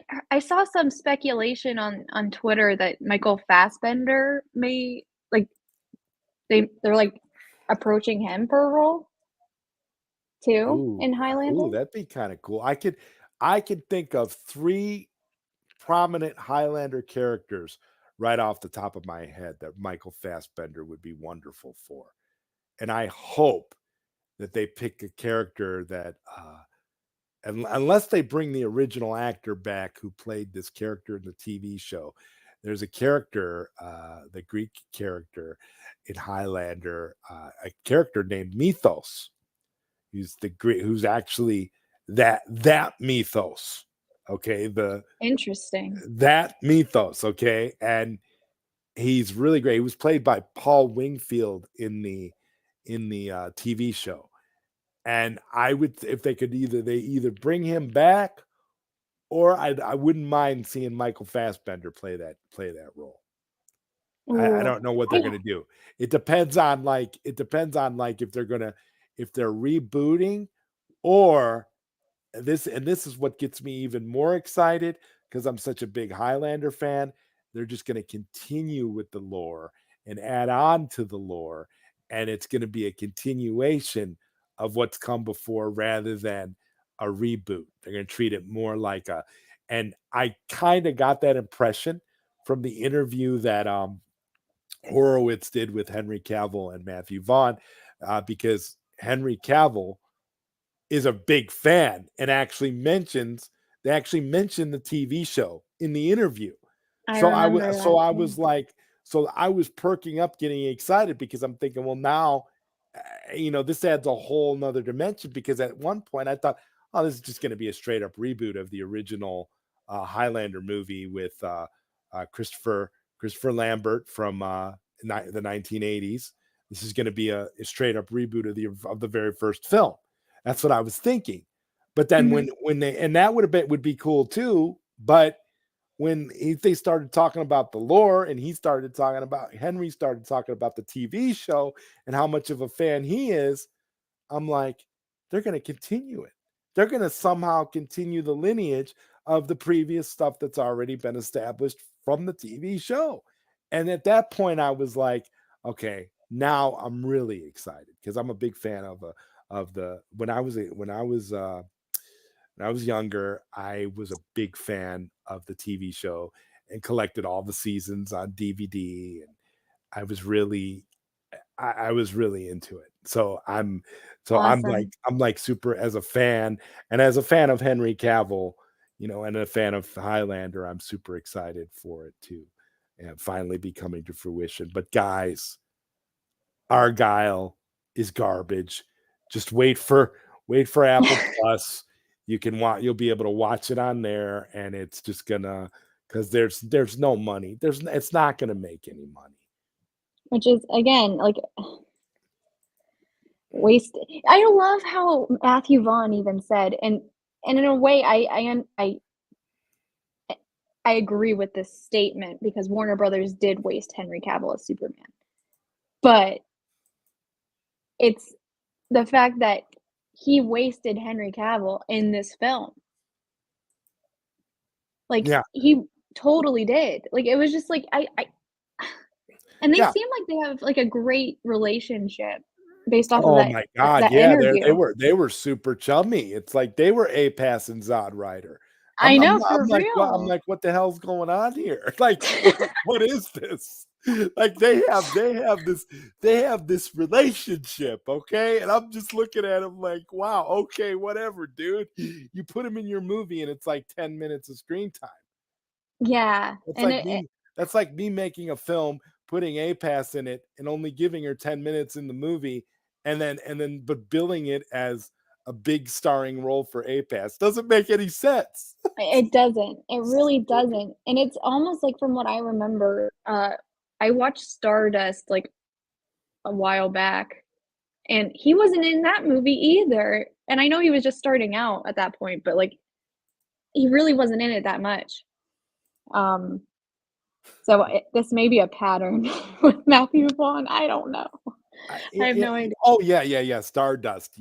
You go back and and it's so funny that you mentioned that because they talk so little about that. They talk so highly about that character that he played Yeah, in their yeah, they did. collaboration for that movie. You would think that Cavill was in that movie like, the whole time, like it was top billing and stuff, but he's not. He's Like you said, not. a bit part. Like, Yeah, I guess it's true what they say. There are no small parts, maybe not. only small actors. Only small actors. Oh, And Emancipator wants to know, wait, that was actually Sean Gunn? I thought it was a joke or a troll.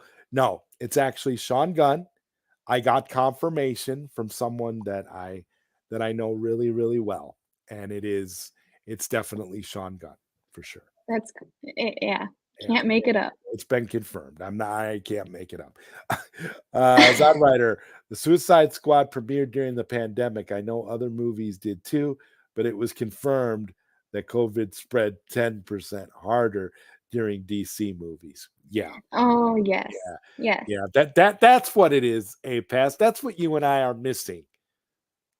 I got to issue an apology now to Sean Gunn.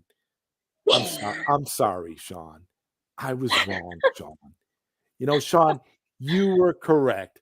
COVID spreads 10 times harder during DC movies than Marvel movies. That's why. That's why nobody went to see the Suicide Squad. It wasn't James Gunn's fault. It was COVID. Blame it on COVID. And now because we mentioned COVID on the stream, we're gonna have a COVID thing at the bottom of the video. There's gonna be a thing in there now because we mentioned it. But Yeah. yeah, Yeah. about it being a real disease and all this crazy stuff. And there was Godzilla, and I love TJ that you brought this up because Godzilla versus Kong was a Warner Brothers movie that was Mhm. also on Max, okay? And not only was it on Max, but it made money in the theaters. People could have watched it at home, but went to the movies. That's Right. where Sean Gunn makes his mistake. Well, it's not that people didn't watch the movie, they just watched it at home. And that's the point I was making earlier about Zack Snyder's Justice League being a global phenomenon. Yep. How do you reconcile that? If you're gonna use that argument, Sean, then you have to acknowledge the superiority of Zack Snyder's Justice League. Exactly. What about Dune? How about Dune? That's another That was another thing. Dune came out. Warner Brothers Discovery release or Warner Brothers release. These Yeah, it people was. these people have no grasp on history, APass. They don't They the don't. only thing that matters is their immediate opinions, I guess. I guess that's all that it is. Yeah, basic comprehension skills don't matter either. It's crazy. That's Necron. point, Necron. Another brilliant Yes. point, Necron. Superman was a pandemic super hit. Come on. Spider-Man. Spider-Man. Yeah, Spider-Man was a Superman. Yeah, Spider-Man. Okay. It's all good. Spider-Man was like a damn yeah. I'm getting the onset of dementia talking about this stuff. like what is going on here? Okay.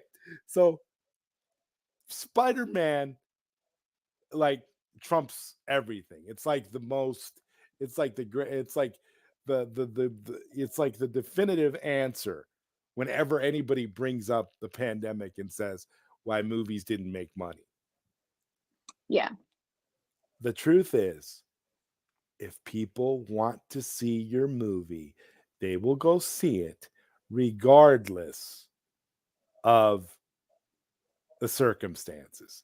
The pandemic is not going to Exactly. deter you if it's a movie you want to see, which is why WBD was stupid for not doing Zack Snyder's Justice League 2 and 3, because those movies would have made so much money.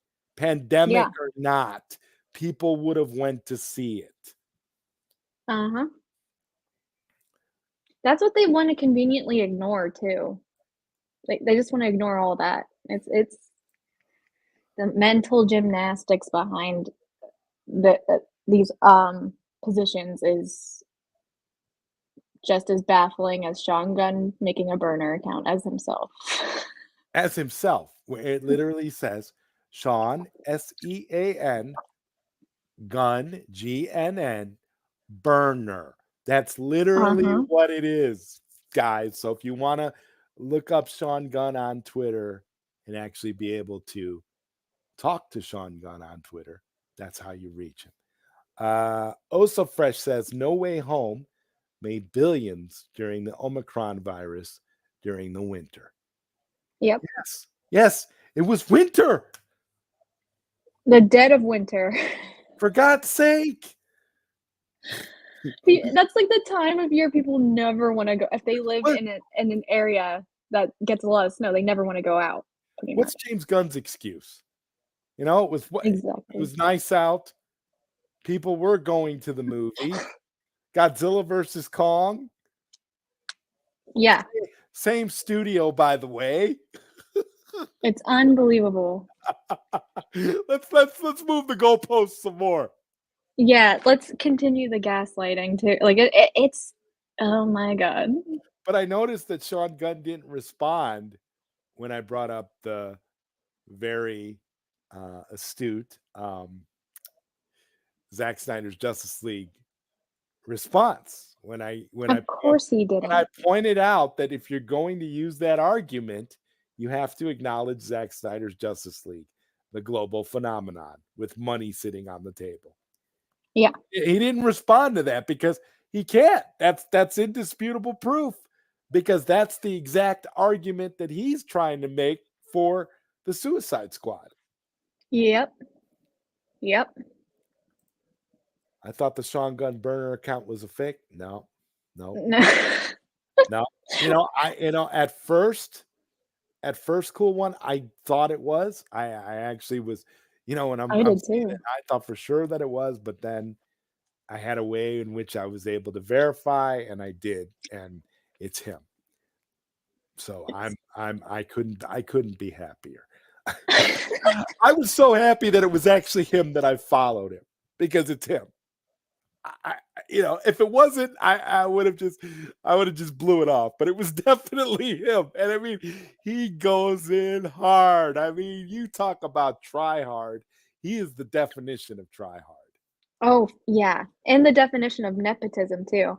And here's the thing about nepotism. If someone comes from like a famous family or has famous parents that are in the industry and they have talent, I don't mind the nepotism. But when they don't have talent, that's when that's when I'm like, yep, this is nepotism. This is, straight up nepotism. When they have no talent, and Sean Gunn is one of those people. Like, one of my favorite responses to Sean Gunn was he had made a comment. I forget what the comment was, but I replied to him like, I was just frustrated by what he had said. So I was like, I mean, don't you have a gig or something to go to? And I was like, oh yeah, the strike is over, so Netflix isn't allowing you to camp out on their lawn anymore. I guess the gig is over. I guess the gig is Oh, over. Sorry, bro. I know times are rough. drop the mic. That's wow. I mean, the guy really, but to be honest, like I said, I don't mind having, direct, conversations. I do, because I'd rather go back and forth with him than some of these dumb gunner trolls that just pop up out of nowhere and just say the stupidest things that they know there's no validity to any of the things that they're saying, that they're just saying it to try to get a reaction out of you.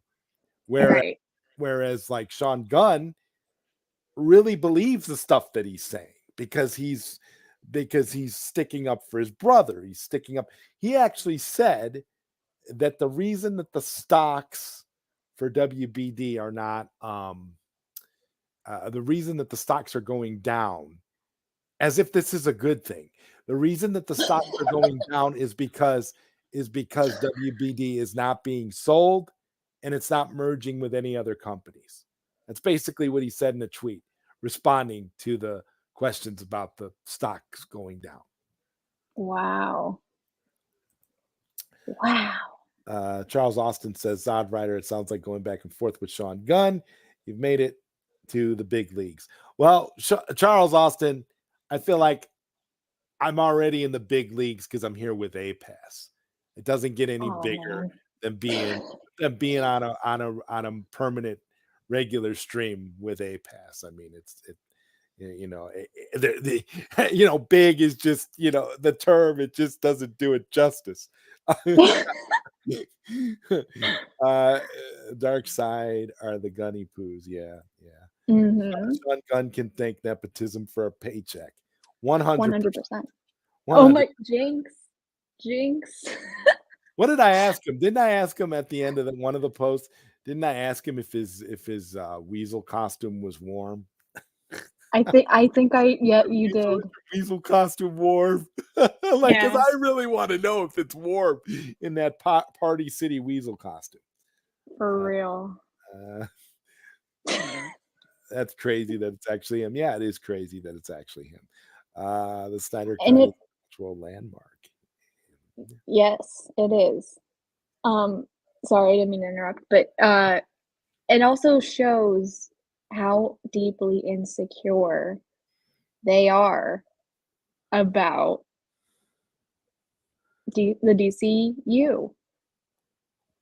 Like, why would you feel the need to jump into someone's thread and just start manipulating the truth?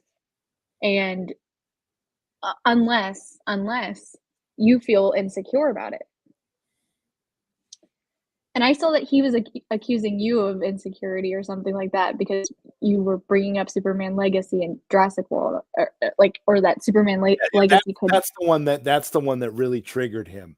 The post about Jurassic World sequel, totally, destroying Superman Legacy. Yeah, that's the one that really got him. As if that whole thing isn't some sort of collaboration between Warner Brothers Discovery and Universal to try to get people into the theaters over the summer. Right. Come on. Trying to recreate Barbenheimer. Which it's not going to work. Not at all. Superman is not the same thing. You're not going to do it.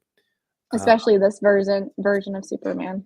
Especially this low rent, great value version of Superman. Exactly. That is a. I actually had somebody, because I kept talking about Corn Sweat being a clone of Henry Cavill. I actually had a bunch of dummies coming at me saying, "You don't actually believe that they cloned Henry Cavill, do you, stupid?" Oh my God. I kid you not, I actually had responses like that. And my God. I was like, get out of here. What are you saying? Exactly. You actually think that I believe that they literally cloned Henry Cavill? Get out of here. Like, what? I can't read sarcasm. I was dead at that moment. Like, wow. It's crazy. Stupidity is just so rampant. On social media, it is. It's really bad. HBO Max's foundation was built by Zack Snyder's Justice League, period. Exactly. Facts. That's why they're fighting so hard, against allowing Zack Snyder's Justice League to go to any other streaming platform, because they know that Zack Snyder's Justice League is the reason that their platform has even been able to stay afloat this long. Right. Yeah, because like I don't know if you've watched the latest season of True Detective, No, but yeah, don't waste your time. Don't I waste your figured time. you would. I figured you would tell me, because Yeah. if it was good, you would come to me and tell me, "Hey, you got to watch True Detectives on." Like, Right. I so I know for a fact. I mean, and I knew because I knew when you came to me about our Guile, Mhm. I was I was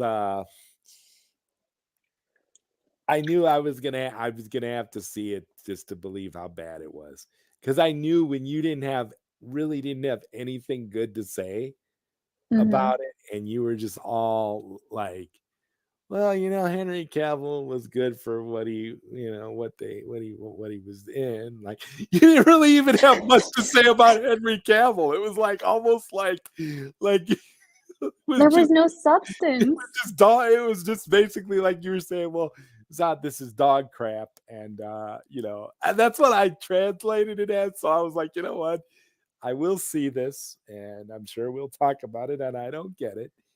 And it Yep. just happened to be one of those things where I don't I'm wondering if we've reached the point when it comes to box office and movie theaters, if these companies need to start coming to the realization that unless you create a must see movie, don't expect a big box office.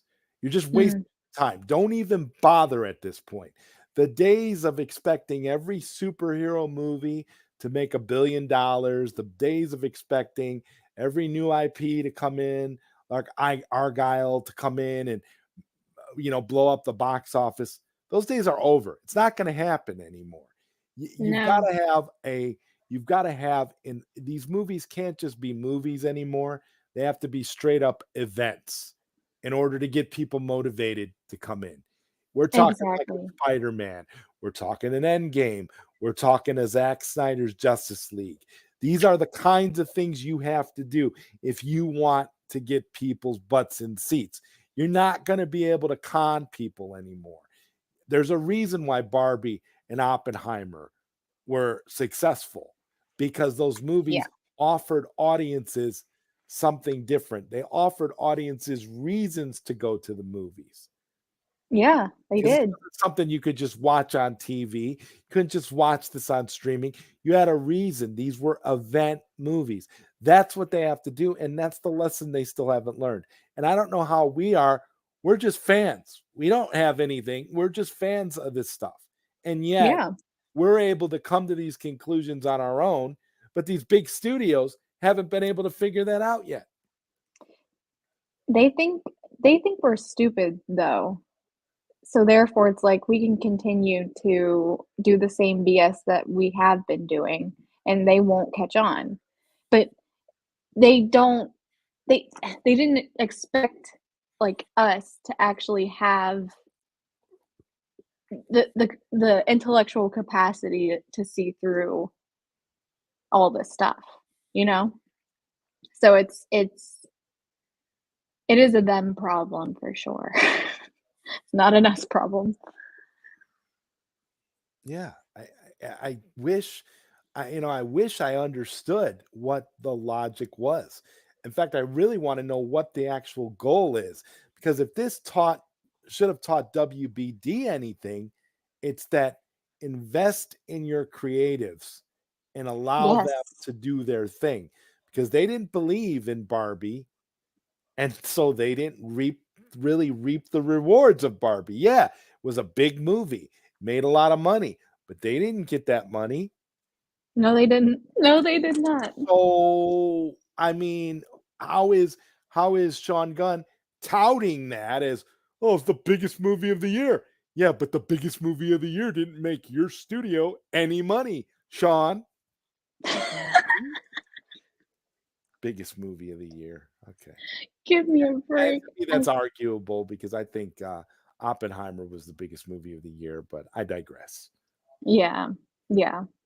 Oh, what did I didn't get a chance to ask you about what did you think about the quote unquote controversy of Greta Gerwig and Margot Robbie not being nominated? Because honestly, I didn't I Ryan Gosling doesn't deserve to be nominated in my opinion. I didn't think that they deserve to be nominated for anything other than visual effects. Exactly. Or like set design. Set design, even better. Yeah, like because because anything else, it wasn't Oppenheimer level in terms of all the things that we think of with the Well, I mean, Oscar. it appealed to those nut jobs Well, that yeah. that believe that representation is based on gender and how you identify yourself. That's the Mhm. reason that's what Barbie appealed to. Barbie appealed to those nut jobs, and then Yeah. to the rest of us, we were more interested in Oppenheimer, which is actually a true story based on a real historical figure done by Mhm. a visionary director, Christopher Nolan. So Exactly. I think that's what the differences are. I mean, honestly, so I wasn't. So the whole controversy was ridiculous, and I think we actually have a clip here that we can play that sums up that feud very, very nicely. Stop with your bullshit, Greta. I don't get it. Nobody cares about your propaganda Barbie movie. And no, you most certainly do not deserve a Best Picture nomination, nor Best Director. The only thing you are good at is promoting trash. Leave APass and ZodWriter alone, too. You wish you were as talented as they are. The company you work for is total trash. The people you hang around are total trash, and I wouldn't be surprised, Greta, if you do a DCU movie for James Gunn because he is nothing but trash.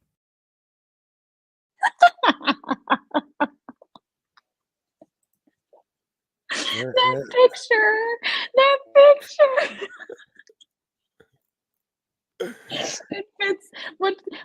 It fits that so perfectly.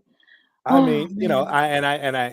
I call that, that AI clip Taylor trash. Taylor Oh, wow. So, I mean, I think that sums up, the feelings on the whole, Greta should have been nominated. Greta didn't deserve anything at all. No, not for that movie. Not for Not that for that movie. movie. Yeah. Not for that movie. You know what? I don't save all of his tweets. I'm going to be honest. I don't think about it that much. I mean, he gives so much, contradicts himself so much and lies so much that if I saved all of his tweets, it would be crazy. But oh, you mean Sean Gunn? Yeah, no, Sean Gunn. I have saved lots of screenshots of the conversations. I misread what you said. I thought you were talking about James Gunn, but no, I do. I have been saving my conversations with Sean Gunn. I think they're priceless, and They are. I definitely want to put some of them in pause not stopped for sure, because he really says a lot, and I mean, and he really thinks he knows things, and that he deserves to be taken seriously. Yeah. Mhm. Yeah. You Yep. can't call the Suicide Squad 2021 a hit when it only made $58 million for domestic box office and worldwide 168 million 717,425. The box office numbers is what you call a flop. Well, thank you, Sin Havoc. I appreciate you pointing that out. It's Oh my it's god. obvious that that you can't call that a hit. And again, calling that a hit without acknowledging Zack Snyder's Justice League is about as hypocritical as you can get. Yeah. because Zack That Snyder's Justice League didn't even get a theatrical release, and it was called a global phenomenon facts. Facts. because Gunn's little ego can't handle the truth. Obviously not. Yeah, he the truth is like a repellent to the Gunn brothers, I think. And this is very true. Geek Defense Initiative. Dear Sean Gunn, the whole point of a burner account is that people don't know it's you. You effing know. That's right. That's why when Bat Dan gave us the theory about Sin Havoc being Zack Snyder, you sort of sit there and say to yourself, well, yeah, that actually makes sense because he's blending in with everyone as a fan, and he's saying enough things that it could seem Zack Snyder-ish, and you could kind of, glean some things from it. But this is exactly the point. Right. But you know what I think is funny? I think Sean Gunn was actually trying to be ironic. I think he was trying to poke fun at the idea of, okay, yeah, Sean Gunn burner, but this is this actually me. So he's not hiding it. He's hiding in plain sight. So it's either brilliant or stupid, depending on your perspective. He emphasis on try. He was trying to be ironic. I mean, yeah. Yeah. Can't make it up. Absolutely. Gun lovers. Preteens, man in Africa, Gunn would be in jail already. Okay. Yeah. James Gunn can't or won't make a serious film. Everything has to be a joke fest. Well, Mhm. yeah. I mean, look at Human Z. Perfect example. Uh-huh. I mean, I'm definitely not pulling that up. Bat Dan wants to know, Sin Havoc, your opinion, what are the odds of getting a Zack Snyder Justice League 2 and 3 on Netflix announcement this year? Thank you for that, Bat Dan. We'll let Sin Havoc answer that, but I think APass and I can give our perspective on that. APass, what do you think? I mean, I would hope it would be this year. I mean, just based off of how fast things are moving. Like we got the whole DCU on Netflix in under a year of the campaign starting. So it would honestly be amazing if they were to announce that they are going to make JL2 and 3. So, I mean, I wouldn't be shocked if it was this year, to be honest. Gunn is actually the second coming of Richard Lester. I would argue that Richard Lester is actually a far more talented filmmaker and actually had a vision for a lot of the films he did than James Gunn. Yeah. Because Richard Lester, I mean, he did Beatles films. He did the Three Musketeers. He of course came in and did Superman 2 after Warner Brothers gave the shaft to Richard Donner. He then directed Superman 3 all on his own with Richard Pryor. I think Richard Lester is, I don't want to say I think he's an underrated director, but I think he's a better director than he gets credit for. And I think that James Gunn is definitely not in the league of Richard Lester. I think James Gunn could only hope to be considered in the same breath as Richard Lester someday, in all honesty. Yeah. The Cavill Jr. clone. Oh yeah, this is from when you froze. Yep, I remember. This is how far back we are on the chat. I gotta give props to the chat. We've got a great chat in here tonight. I appreciate you guys sticking with us with all the internet technical issues. That's why. And I know I didn't have to go off camera, but I like to be in solidarity with my wonderful partner, APass. When she's having internet issues, it's just better for both of us if we aren't on camera, because that makes it easier. You can keep your internet going, and we can at least do the rest of the show. So that's the whole logic behind that. The corny Superman is a relic of the past. Nobody cares about Superman and Lois and my adventures with Superman. Oh my God. Thank you for bringing up My Adventures of Superman. Talk about a dumpster fire. APass, I couldn't get through the first like 10 minutes of that cartoon of like the first episode. I tried. I was like, oh God, it was painful to watch. See, I couldn't even make it through the trailer, so I didn't even bother watching the show. Oh God, I tried. I was like, okay. And I put it on and I was like, no, sorry guys, I got better things to do. I just can't Right. do this. Wow.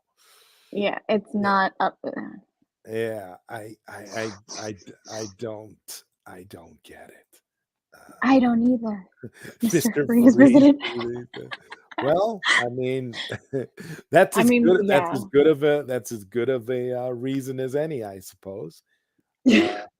Corn Sweat's name has been around since 2018, exactly, I and knew Gunn's it. involvement with WBDC and Marvel Studios has been since 2011. Wow. Thank you, Zack, for the astute reference. See, Zack knows his stuff. I mean, Cindy. This is not what makes me think we really do have Zack Snyder in here with us. He's a I fan. mean, like, you know a lot, Sin Havoc. You know a lot. Yeah. Yeah, exactly.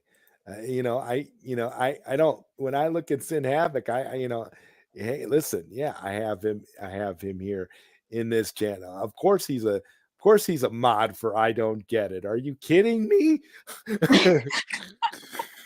I mean, Of course. it's like, wait, what are we talking about? Absolutely. Without question. Superman and Lois is quite good and not corny at all, unlike My Adventures of Superman Child. I, you know, I got to be honest with you, Geek Defense Initiative. I'm still trying to get through the first season of Superman and Lois. I almost said Legacy. It is so cringe to me because you're seeing dad bod Superman walking around Yeah. and you're seeing he's this family man dealing with all this BS, and it's like a soap, like a daytime soapish kind of drama. And It is. I'm not really feeling it. I'm trying, but man, the episode that I'm stuck in right now, that I've tried like 300 times to finish, they're like at a barbecue or something, and they're in somebody's backyard, and they're literally eating corn and chicken, and I don't know. I'm just not. I'm not really. I'm not feeling it in any way. I don't like the tone. I don't like the actors. I don't think Tyler Hoechlin was appropriately cast for Superman. Yeah, he doesn't give Superman vibes to me. No, number one, he's too short. I think he's my height. I'm 5'10. I think he's 5'10. I think he's my height. And he doesn't look like Superman. He doesn't have Superman in his face. He just looks like a regular dude. Like, Yeah, I don't really see. I mean, maybe you could speak more to this, APass, because you're a woman. When you look at him, what do you think? I mean, what do you see when you look at him? Like, is it? I don't know. I mean, he's nothing special, at least to me. He's nothing special. I mean, I don't get that vibe of Superman from him. Like, I don't know how else to explain it. Like, with Corn Sweat, because he looks like Henry Cavill, and he could very well, like, he has that look.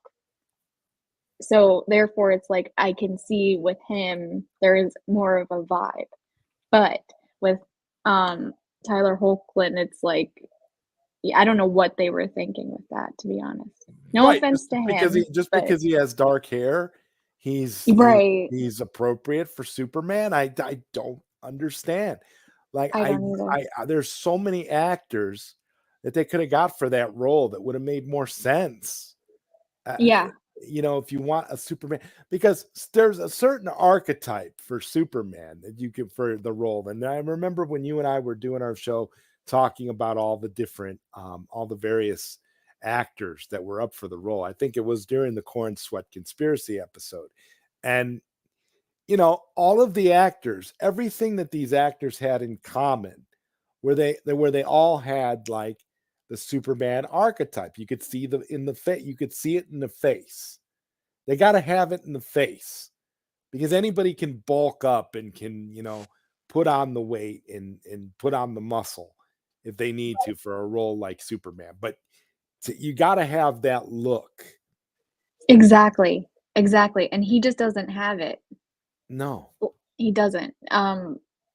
Tom Welling even had that look. he had that look.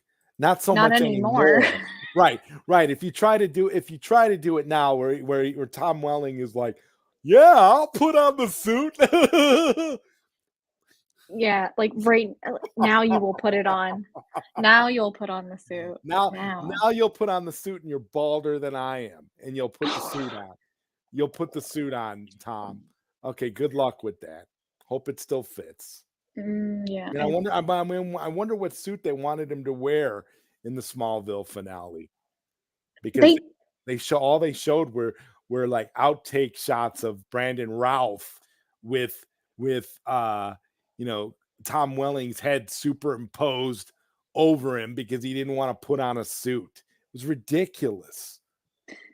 Wow. See, I never knew that. I thought that was him wearing like the Superman Returns suit. No, it was actually Brandon Routh in the Superman Return suit, and all they did was CGI Tom Welling. Wow. What?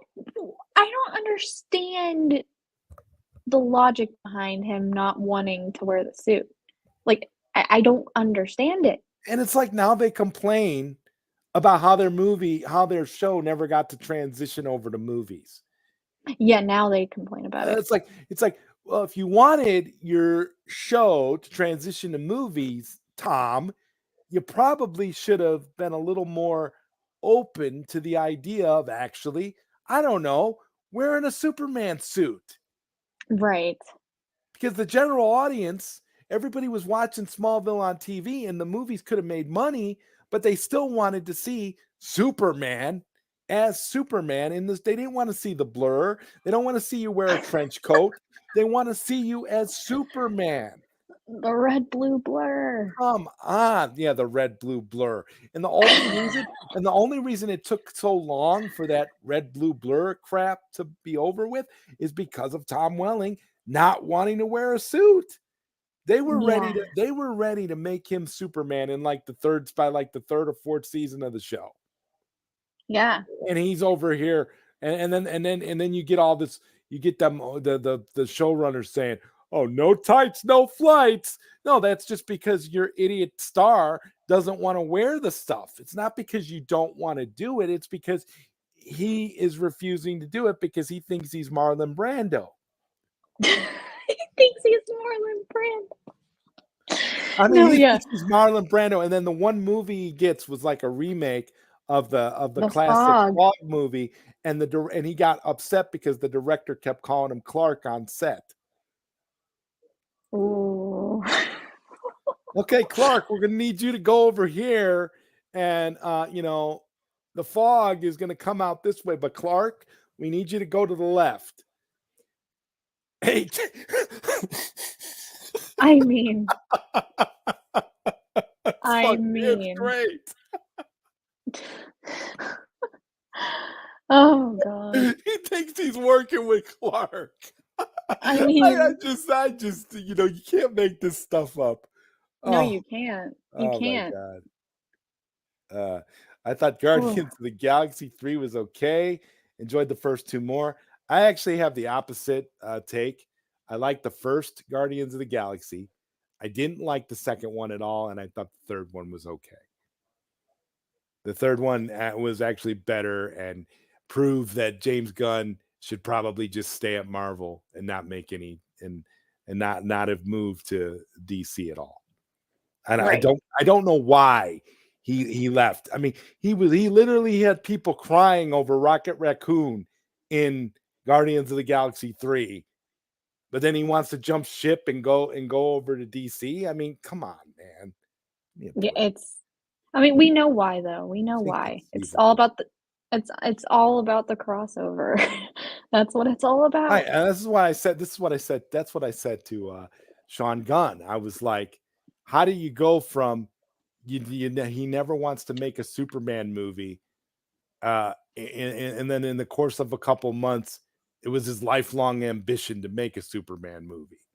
Right. How does that happen? How does that he changed his correlate? mind. What timeline are we in? How does that work? He changed his mind. Yeah, that's all it was, APass. He changed his mind.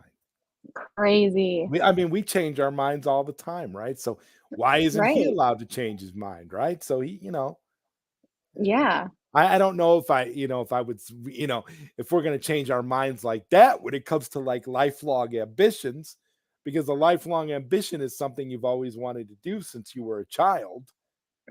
Right. And you're not going to just change your mind about that if it's a lifelong ambition.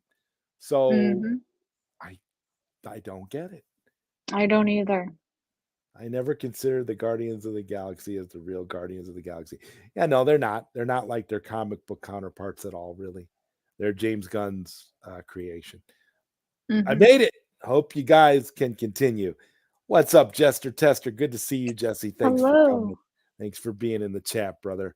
I love seeing my fellow Nostalgia Power alumnists coming in and showing support for I Don't Get It. It's beautiful. It's awesome. And Yeah. I guess this was from when you were a lot of these chats are The from janky internet. when you were dealing with the janky internet. Yeah. Lord, please let APass get her internet back. That was me. I kept sending you prayer emojis in the text because I was to release the APass. Oh God, yes. Restore the APass. Restore the APass. I'm dead. APass. Oh God, that's perfect. That's a great hashtag. APass versus Dana. No APass, no sale. No APass restored. APass is back. We got Josh Herrera in the chat. What's up, Josh? Hey, sorry, fam. Sorry I'm late. I was actually just watching Zod on old stream of Skies for Wakanda Forever. Spoil the review that I missed last year. Damn internet. Be careful, everyone. Skynet is wild. 100%. 100%. I'd say Skynet is here, but I don't want to alarm anybody. It was Gunn attacking the show. Yeah, when guns attack, right? Gun it. Yeah. God. They got paid for trolling APass. Yeah. Could be. Gal Gadot is a badass goddess female character. You're right, DC Talk. Facts. 100%. And we've got a $2 super chat from Kevin Clausen. I've seen Kevin Clausen in a lot of other areas that I frequent on the internet, especially my home arcade community and the Nostalgia Power over on the bad guy Mike Worley's channel on Saturday mornings.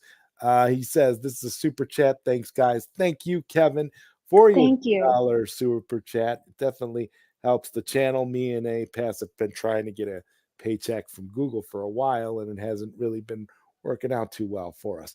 But I'm gonna go ahead and give you an AI clip for your trouble. So here's this. I told people a long time ago that I'm not famous anymore. I'm just a dad trying to do right by my family. Hollywood is full of vipers and demons, and I'm so not sad to have left all that bullshit behind. People still approach me on the streets about freaking Transformers. I don't get it. These days, I barely watch TV stuff. I mainly watch my favorite YouTube team, APass and ZodWriter. So please like, share, and subscribe. Shout out to Shia. Shout out to Shia for being so passionate about APass and ZodWriter. Oh goodness. You guys will never know who's gonna show up. Oh yeah. We've got, oh my God, it's just getting endless at this point. And it really is. And just for a disclaimer, these are not the real actors. These are AI clips. I make no, Yes. we do not try to pass these off as real people. It's meant to be No. funny. It's meant to be hilarious. It's meant to be, Yes. just done in good fun. We're not trying to pass it off as anybody. So, Taylor Swift, if you're watching, don't sue us. We're not trying to use your likeness or your voice to disparage you in any way, shape, or form. Our show is all in good fun. So Yes. gotta get that disclaimer out there, because Taylor Swift is going after people. Yes, For she AI. is. She's going after folks. That's what my mom told me the other day. She's like, you better be careful with your AI stuff. Taylor Swift is suing people. She is, yeah. Like, but granted, those AI pictures of her were kind of egregious. I understand. Yeah.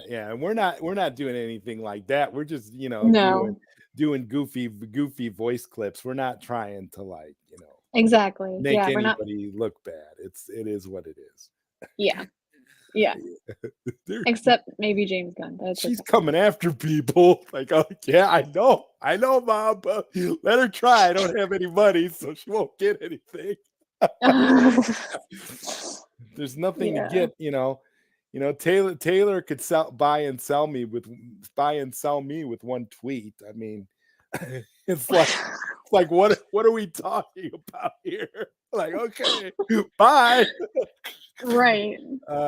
Still remember seeing Nuclear Heart podcast's video on the haters, and specifically his on Matches Malone, and I felt bad for those people. I don't know what that is. I'm sorry. Oh yeah, can you clarify? I'm not sure I know either. Yeah, I'm like totally lost at this point. I don't know what you said. Like, I mean, I know what you said as far as what I read, but I just don't know anything about what you said. Sean Gunn is so delusional. He makes Steven Seagal look balanced. That's hilarious. Wow. Yes, they did, Qatar. Yes, they did. 100%. I bet Sin Havoc would have something to say about that, right? Yep. I'm bailing, guys, attending church. Replay crew bound. All right, Qatar, thank you for being here, man. You're probably you. already gone since we're like an hour behind in the chat, but Yeah. hey, man, you'll see it on the replay. Thanks again for being here. Much appreciation. This we have the best chat in the world, APass. I don't care what We anybody do. says. Look at all these great people in here, all these wonderful comments. Yeah, they're awesome. Half the show and half the fun of the show is interacting with all of you guys. It's not just us going back and forth, but in the words of the great George Costanza from Seinfeld, it's not a lie if you believe. Yeah. Great. Yeah. That's accurate. Like his friend, the preacher, aka Michael Rosenbaum. Oh yeah. Yeah. Yeah. I used to like Michael Rosenbaum a great deal. I actually really loved his take as Lex Luthor. Now I can't stand him. Me too. And now I'll never watch the show again. It's so crazy. Now it's just cringe to me. I don't even want to see it. And I like how yesterday on Bat Dan's channel, you during the interview, you talked a little bit about John Glover, who kind of, yeah, I don't know what happened to him. I really I don't know either. I really don't. Crazy. Let's see here. We're gonna try to go through here and see where you guys are. Get caught up here. I know I know me and APass are forgetting something, because we always do. There's a lot of topics, and that always happens when we do this show once a month. But we are going to be back in March, and I'm sure by then there will be plenty of things to talk about. And I'm just trying to see what we've got here. Did we forget anything that you know of, APass, or? Yeah,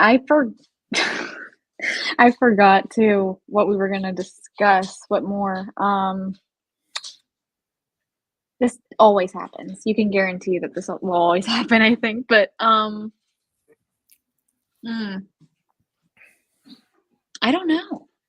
Okay. I honestly don't. Integrity 101 says one sentence from Henry Cavill is not going to save anything. Yeah, I agree. Yeah, We're talking about Black Adam. Yeah.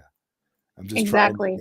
trying to get caught up here with the chat because we really good evening, Gary. We saw you in Bat Dan's chat yesterday. Hope all's going well.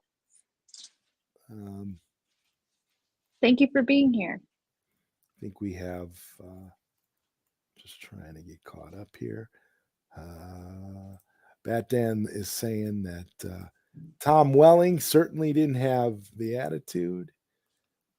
Tom Wellington may not have worn the suit, but Henry Cavill certainly couldn't match up to Tom Wellington.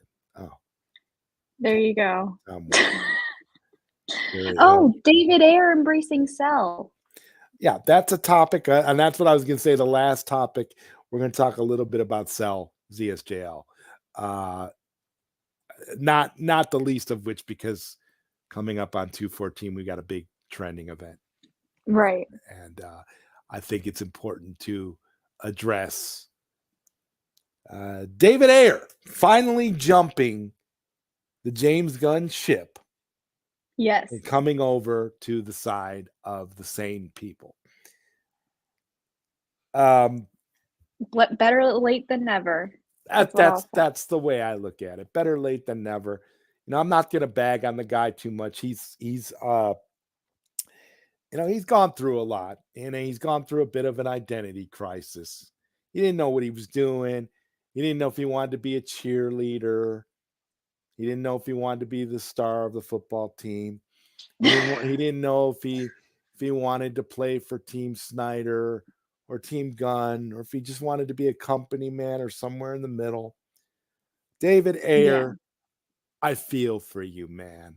I'm not going to apologize to you, but I feel for you because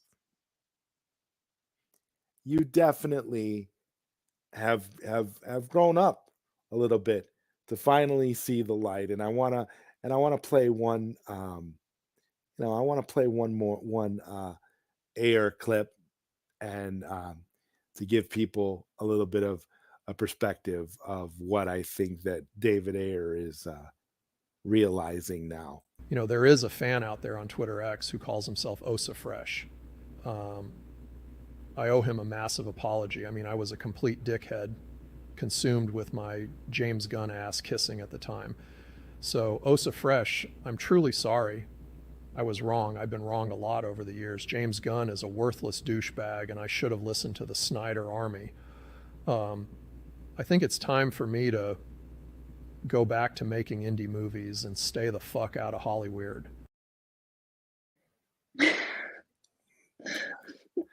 So we salute you, David Ayer, for your manning up and deciding to join the side of light. Better late than never, and now maybe you'll be able to join us in the sun. I just hope there's a place on Netflix for your eventual Ayer cut, because I don't want your Ayer cut to end up like Coyote versus Acme. Yeah, and yeah, I really hope that ends up happening for David Ayer. I do.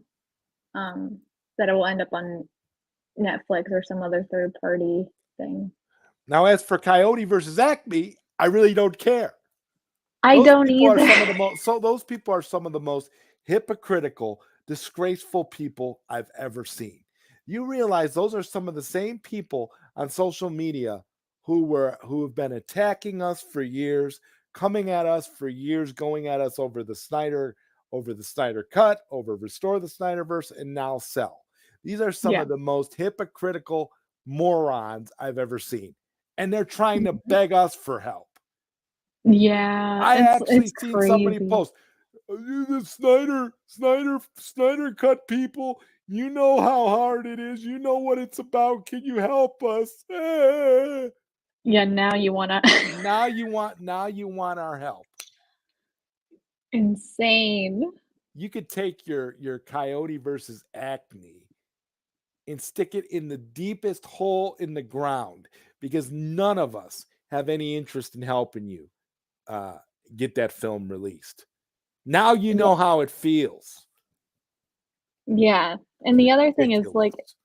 I understand the implications of it, but also and this is coming from someone that grew up being a huge Looney Tunes fan. I really do not care, especially with who's involved with the creation of that film too. I don't care. So it could, sit on a shelf for all I care for eternity. I don't care.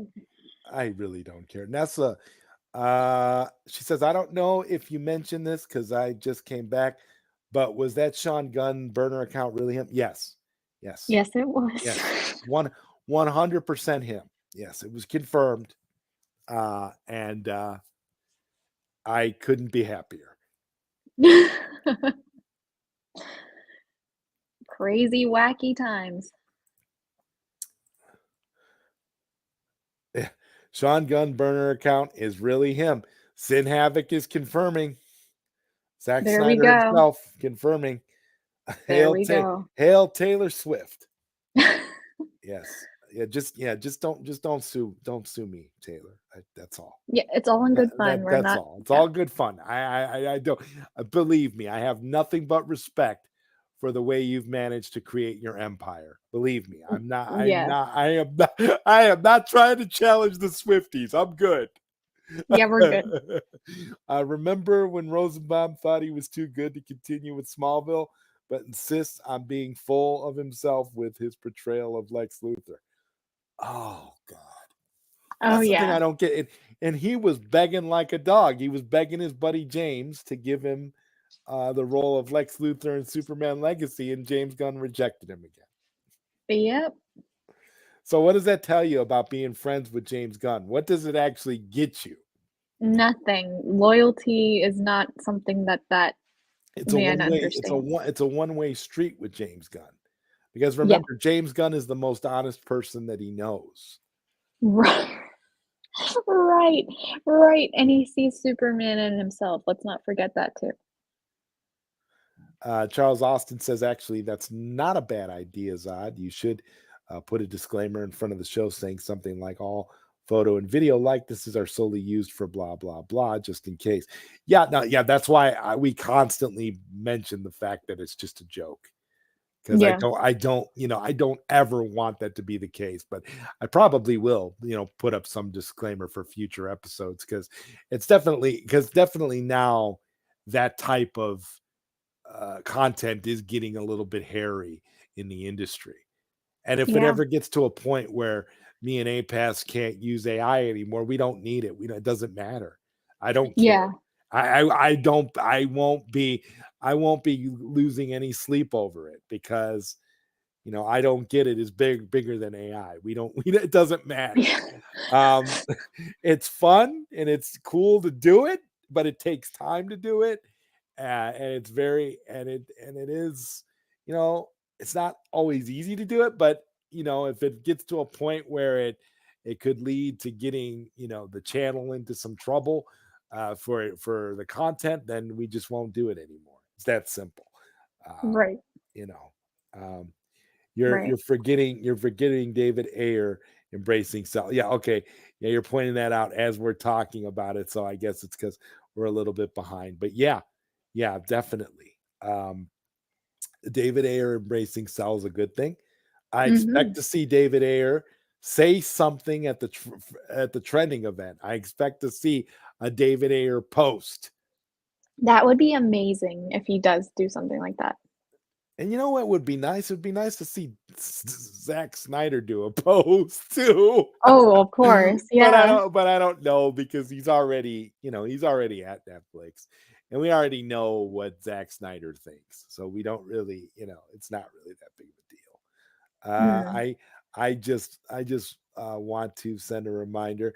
David Ayer did this recently after I gave my advice to David Ayer on video. Yes. You did that, Dan. I just gotta overall this whole show. I just got to give Bat Dan his flowers because Yes. this is really, this is really the truth. My entire day I've been walking around on cloud nine, so happy and excited after yesterday's stream and interview that you guys did. And so now I'm just it just made my entire week. So I'm not I have no problem, Bad Dad, giving you credit for everything because it really is the truth. Um, and Sin Havoc is pointing it out. Zack Snyder's Justice League is its own IP. Facts. 100% facts. Don't be a shill. You won't be thanked for it. That's a great point, Darth Plato. Funny show tonight. Oh yeah, definitely. Yeah. David Ayer's Suicide Squad is its own IP as well. Congratulations to Mr. Ayer for finding his testicles. They may have to take out Margot Robbie to get the Ayer takeout. I guess you mean takeout or take out. Oh, you're talking about. Oh, you're making a Zack Snyder pun there. There we go. From Army of the Dead. Yeah. You might have to take out Margot Robbie to get the Ayer cut on Netflix. Well, maybe. Yep. Maybe. I mean, there's lots of actresses out there that could do justice to Harley Quinn. I mean, I was looking up Tara Strong, the animated voice actress who voices Harley Quinn, and it's remarkable to me how much she looks like Harley Quinn in real life. Oh wow. I mean, she looks like that character. Like That's the blonde hair and everything. It's crazy. I'm like, what's going on here? Why wasn't she cast as Harley Quinn? Wow, I didn't know that. I was like, are you kidding me? As a matter of fact, let me see if I could pull her up real quick. Cause it's unbelievable to me. I'm just like, here, I'll pull it up. This is, I don't get it. We do things on the fly here. Tara Strong. Yeah, she's blonde hair. Okay. You guys tell me, and you let me know if I'm wrong in this, if I'm being a little bit too, I don't think I am, but I will let APass and the chat be the judge here because I don't know anything. I'm just a dumb guy. So oh my God. You tell me. You're not dumb. Thank you, APass. I appreciate it. You're actually brilliant. I'm dumb, but this is Tara Strong, and now you tell me why she hasn't been cast as Harley Quinn in an actual live action movie. Yeah, that doesn't make. I don't get it. Why hasn't she? Wow.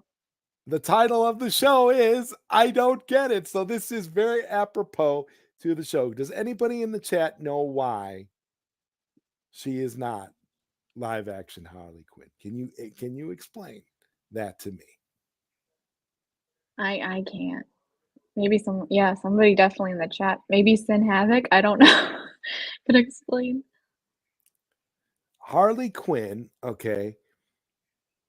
I would actually have to say, and this is just my own personal opinion, I find her more attractive than Margot Robbie. Oh.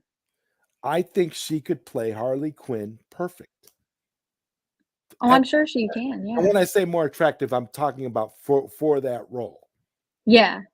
I don't see a problem. I don't see why you wouldn't cast her in that role. She looks like it. She's, it's yeah. Look at her face. I mean, look at her face. It just she's got that. And we know she has the voice because she does the voice for a lot of the animated stuff. Yeah, she does. Yeah. Wow. Recently in the video game, She did. I mean, with all the issues that I have with the Suicide Squad Kills Justice League video game, her voice is not one of the things that I have problems with. I think her voice is perfect for Harley Quinn. So, Mm-hmm. Wow. Yeah. so yeah, guys, I'm kind of, irritated. Uh, I mean, honestly, she's she's perfect for that role. Yeah, I maybe in the future she will be. Maybe, I don't know. But what do you? But I mean, what do you think, APass? Could you see her in that part? Like, Oh, definitely, definitely. I could definitely see that. Yeah. mm, I mean, she kind of reminded me, to be honest, of Harley Quinn in the Arkham games, yeah, like how yeah, she looked. yeah. Yeah. So So, if David Ayer had to dig out Margot Robbie for his version of the Ayer cut with Tara Strong, that would be amazing. yeah. Probably be better, make the movie better. Sell, Hmm. sell Coyote Acne to OnlyFans. I will get behind that, I guess. Oh yeah, that'd be great. Okay, no, thank you, Bat Dan. You are, Bat Dan, you are, the MVP of I Don't Get It for today because of your interview Yeah. with the great and beautiful APass. Um, hashtag Tara Strong for Harley Quinn live action. Yes, Mm. yes, yes.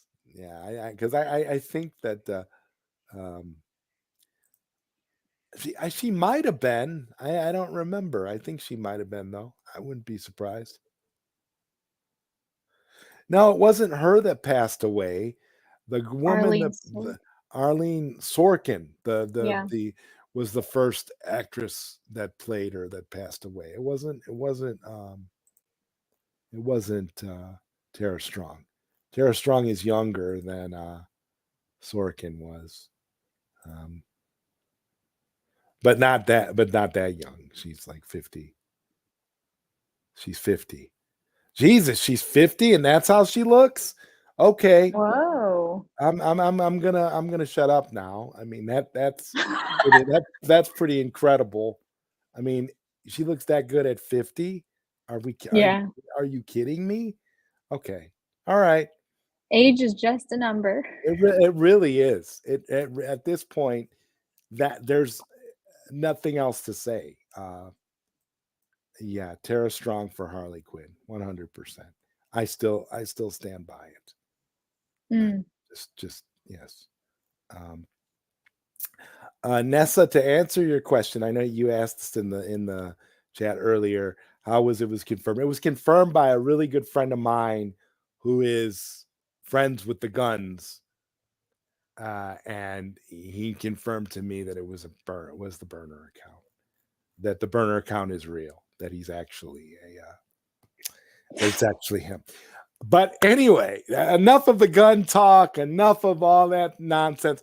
Now we have to get into we have to once again promote sell ZSJL to Netflix, sell Snyderverse to Netflix, because that's what this is all about.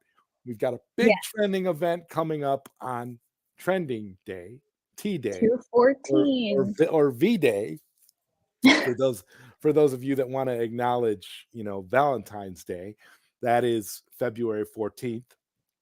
And Yes. 214 is a very, very important day in the lore for the Snyder fandom.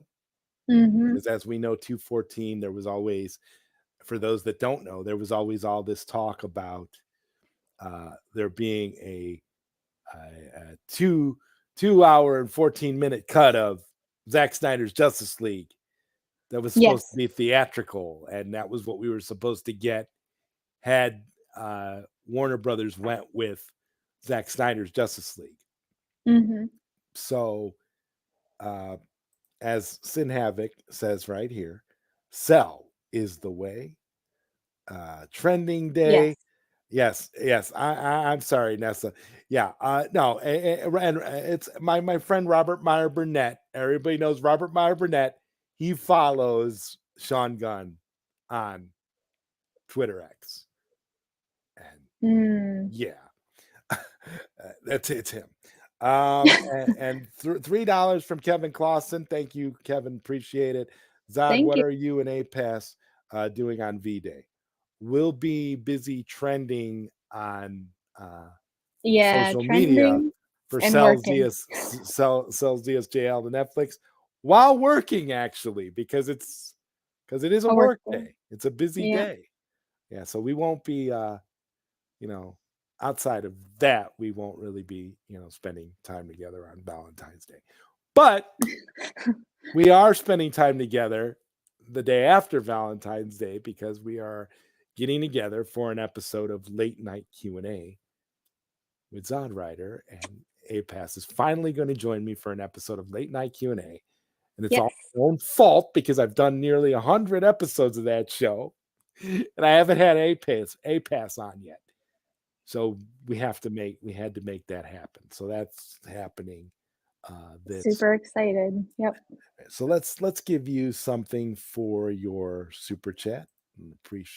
I much appreciate it. It's not like we have any shortage of AI clips here, but here you go. Thank you very much, Kevin. God, I hate APass and ZodWriter, but you gave them a super chat. So fucking sad. Okay. So let's see here. Sell is the way. There's too much momentum to stop. We got this. Just keep pushing, guys. Back. You know what I want? You know what? I might take off. I might take the afternoon off for trending day. I'm not. Nice. See, I'm happy that I work from home, so I won't be I won't have to take off. I can kind of just have Twitter in the background and be, tweeting away like a little birdie. Yeah. I'll be getting an MRI on trending day. Nightwing, I hope everything goes okay, man. Yeah. Definitely. Definitely take care of yourself. I hope everything is all right. Thank you again, Kevin. It's sell or nothing. And Darth Plato says, glad I'm retired. You know what? On that note, it's been a great episode of I Don't Get It. Don't you think, APass? Oh, definitely, despite the technical difficulties. But yeah, very great. It's always very telling how we still manage to keep a great show going, even in the face of all of these technical adversities that we have. Yeah, definitely. I would say, well, what do you got coming up next? What have I got coming up next? We've got Late Night Q&A coming up the day after Trending Day, the day after Valentine's Day. And we will be back also with another episode of I Don't Get It sometime in March. We're going to, again, guys, we're going to keep I Don't Get It to once a month. We've got a lot of stuff planned. I'm working on some ideas for Pause Not Stopped, for memberships and different things that you guys might enjoy. So, keep an eye out for that. APass and I will definitely keep you posted on social media for all of that. And before we go, we have to finish things up with the great Marcus Neo Sevens. Thank you, Marcus, with the $5 super chat. Another great show. Keep it up, guys. Oh God, we gotta give you a good one. We gotta end it on a good note here. Thank you, Marcus. Thank you Much again, appreciated. Marcus. Let's do a good one here.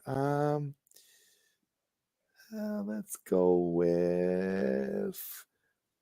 here. You are watching I Don't Get It featuring APass and ZodWriter. 2024 is going to be a year of great things from this tremendously awesome duo. Your support is greatly appreciated. Don't hesitate to super chat. Oh, and James Gunn is a filthy scumbag. #SellsESJL to Netflix. Sell Snyder verse to Netflix. Henry Cavill is the one and only Superman. Don't ever watch a Superman movie when the man in the tights' real name is Dave. It's going to be nothing but a vodka-induced load of crap.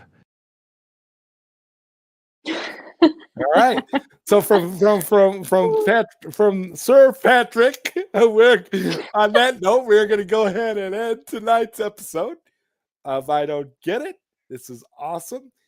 You guys have been wonderful, and APass, Yes. and I will see you on Thursday night, the 15th. Yes.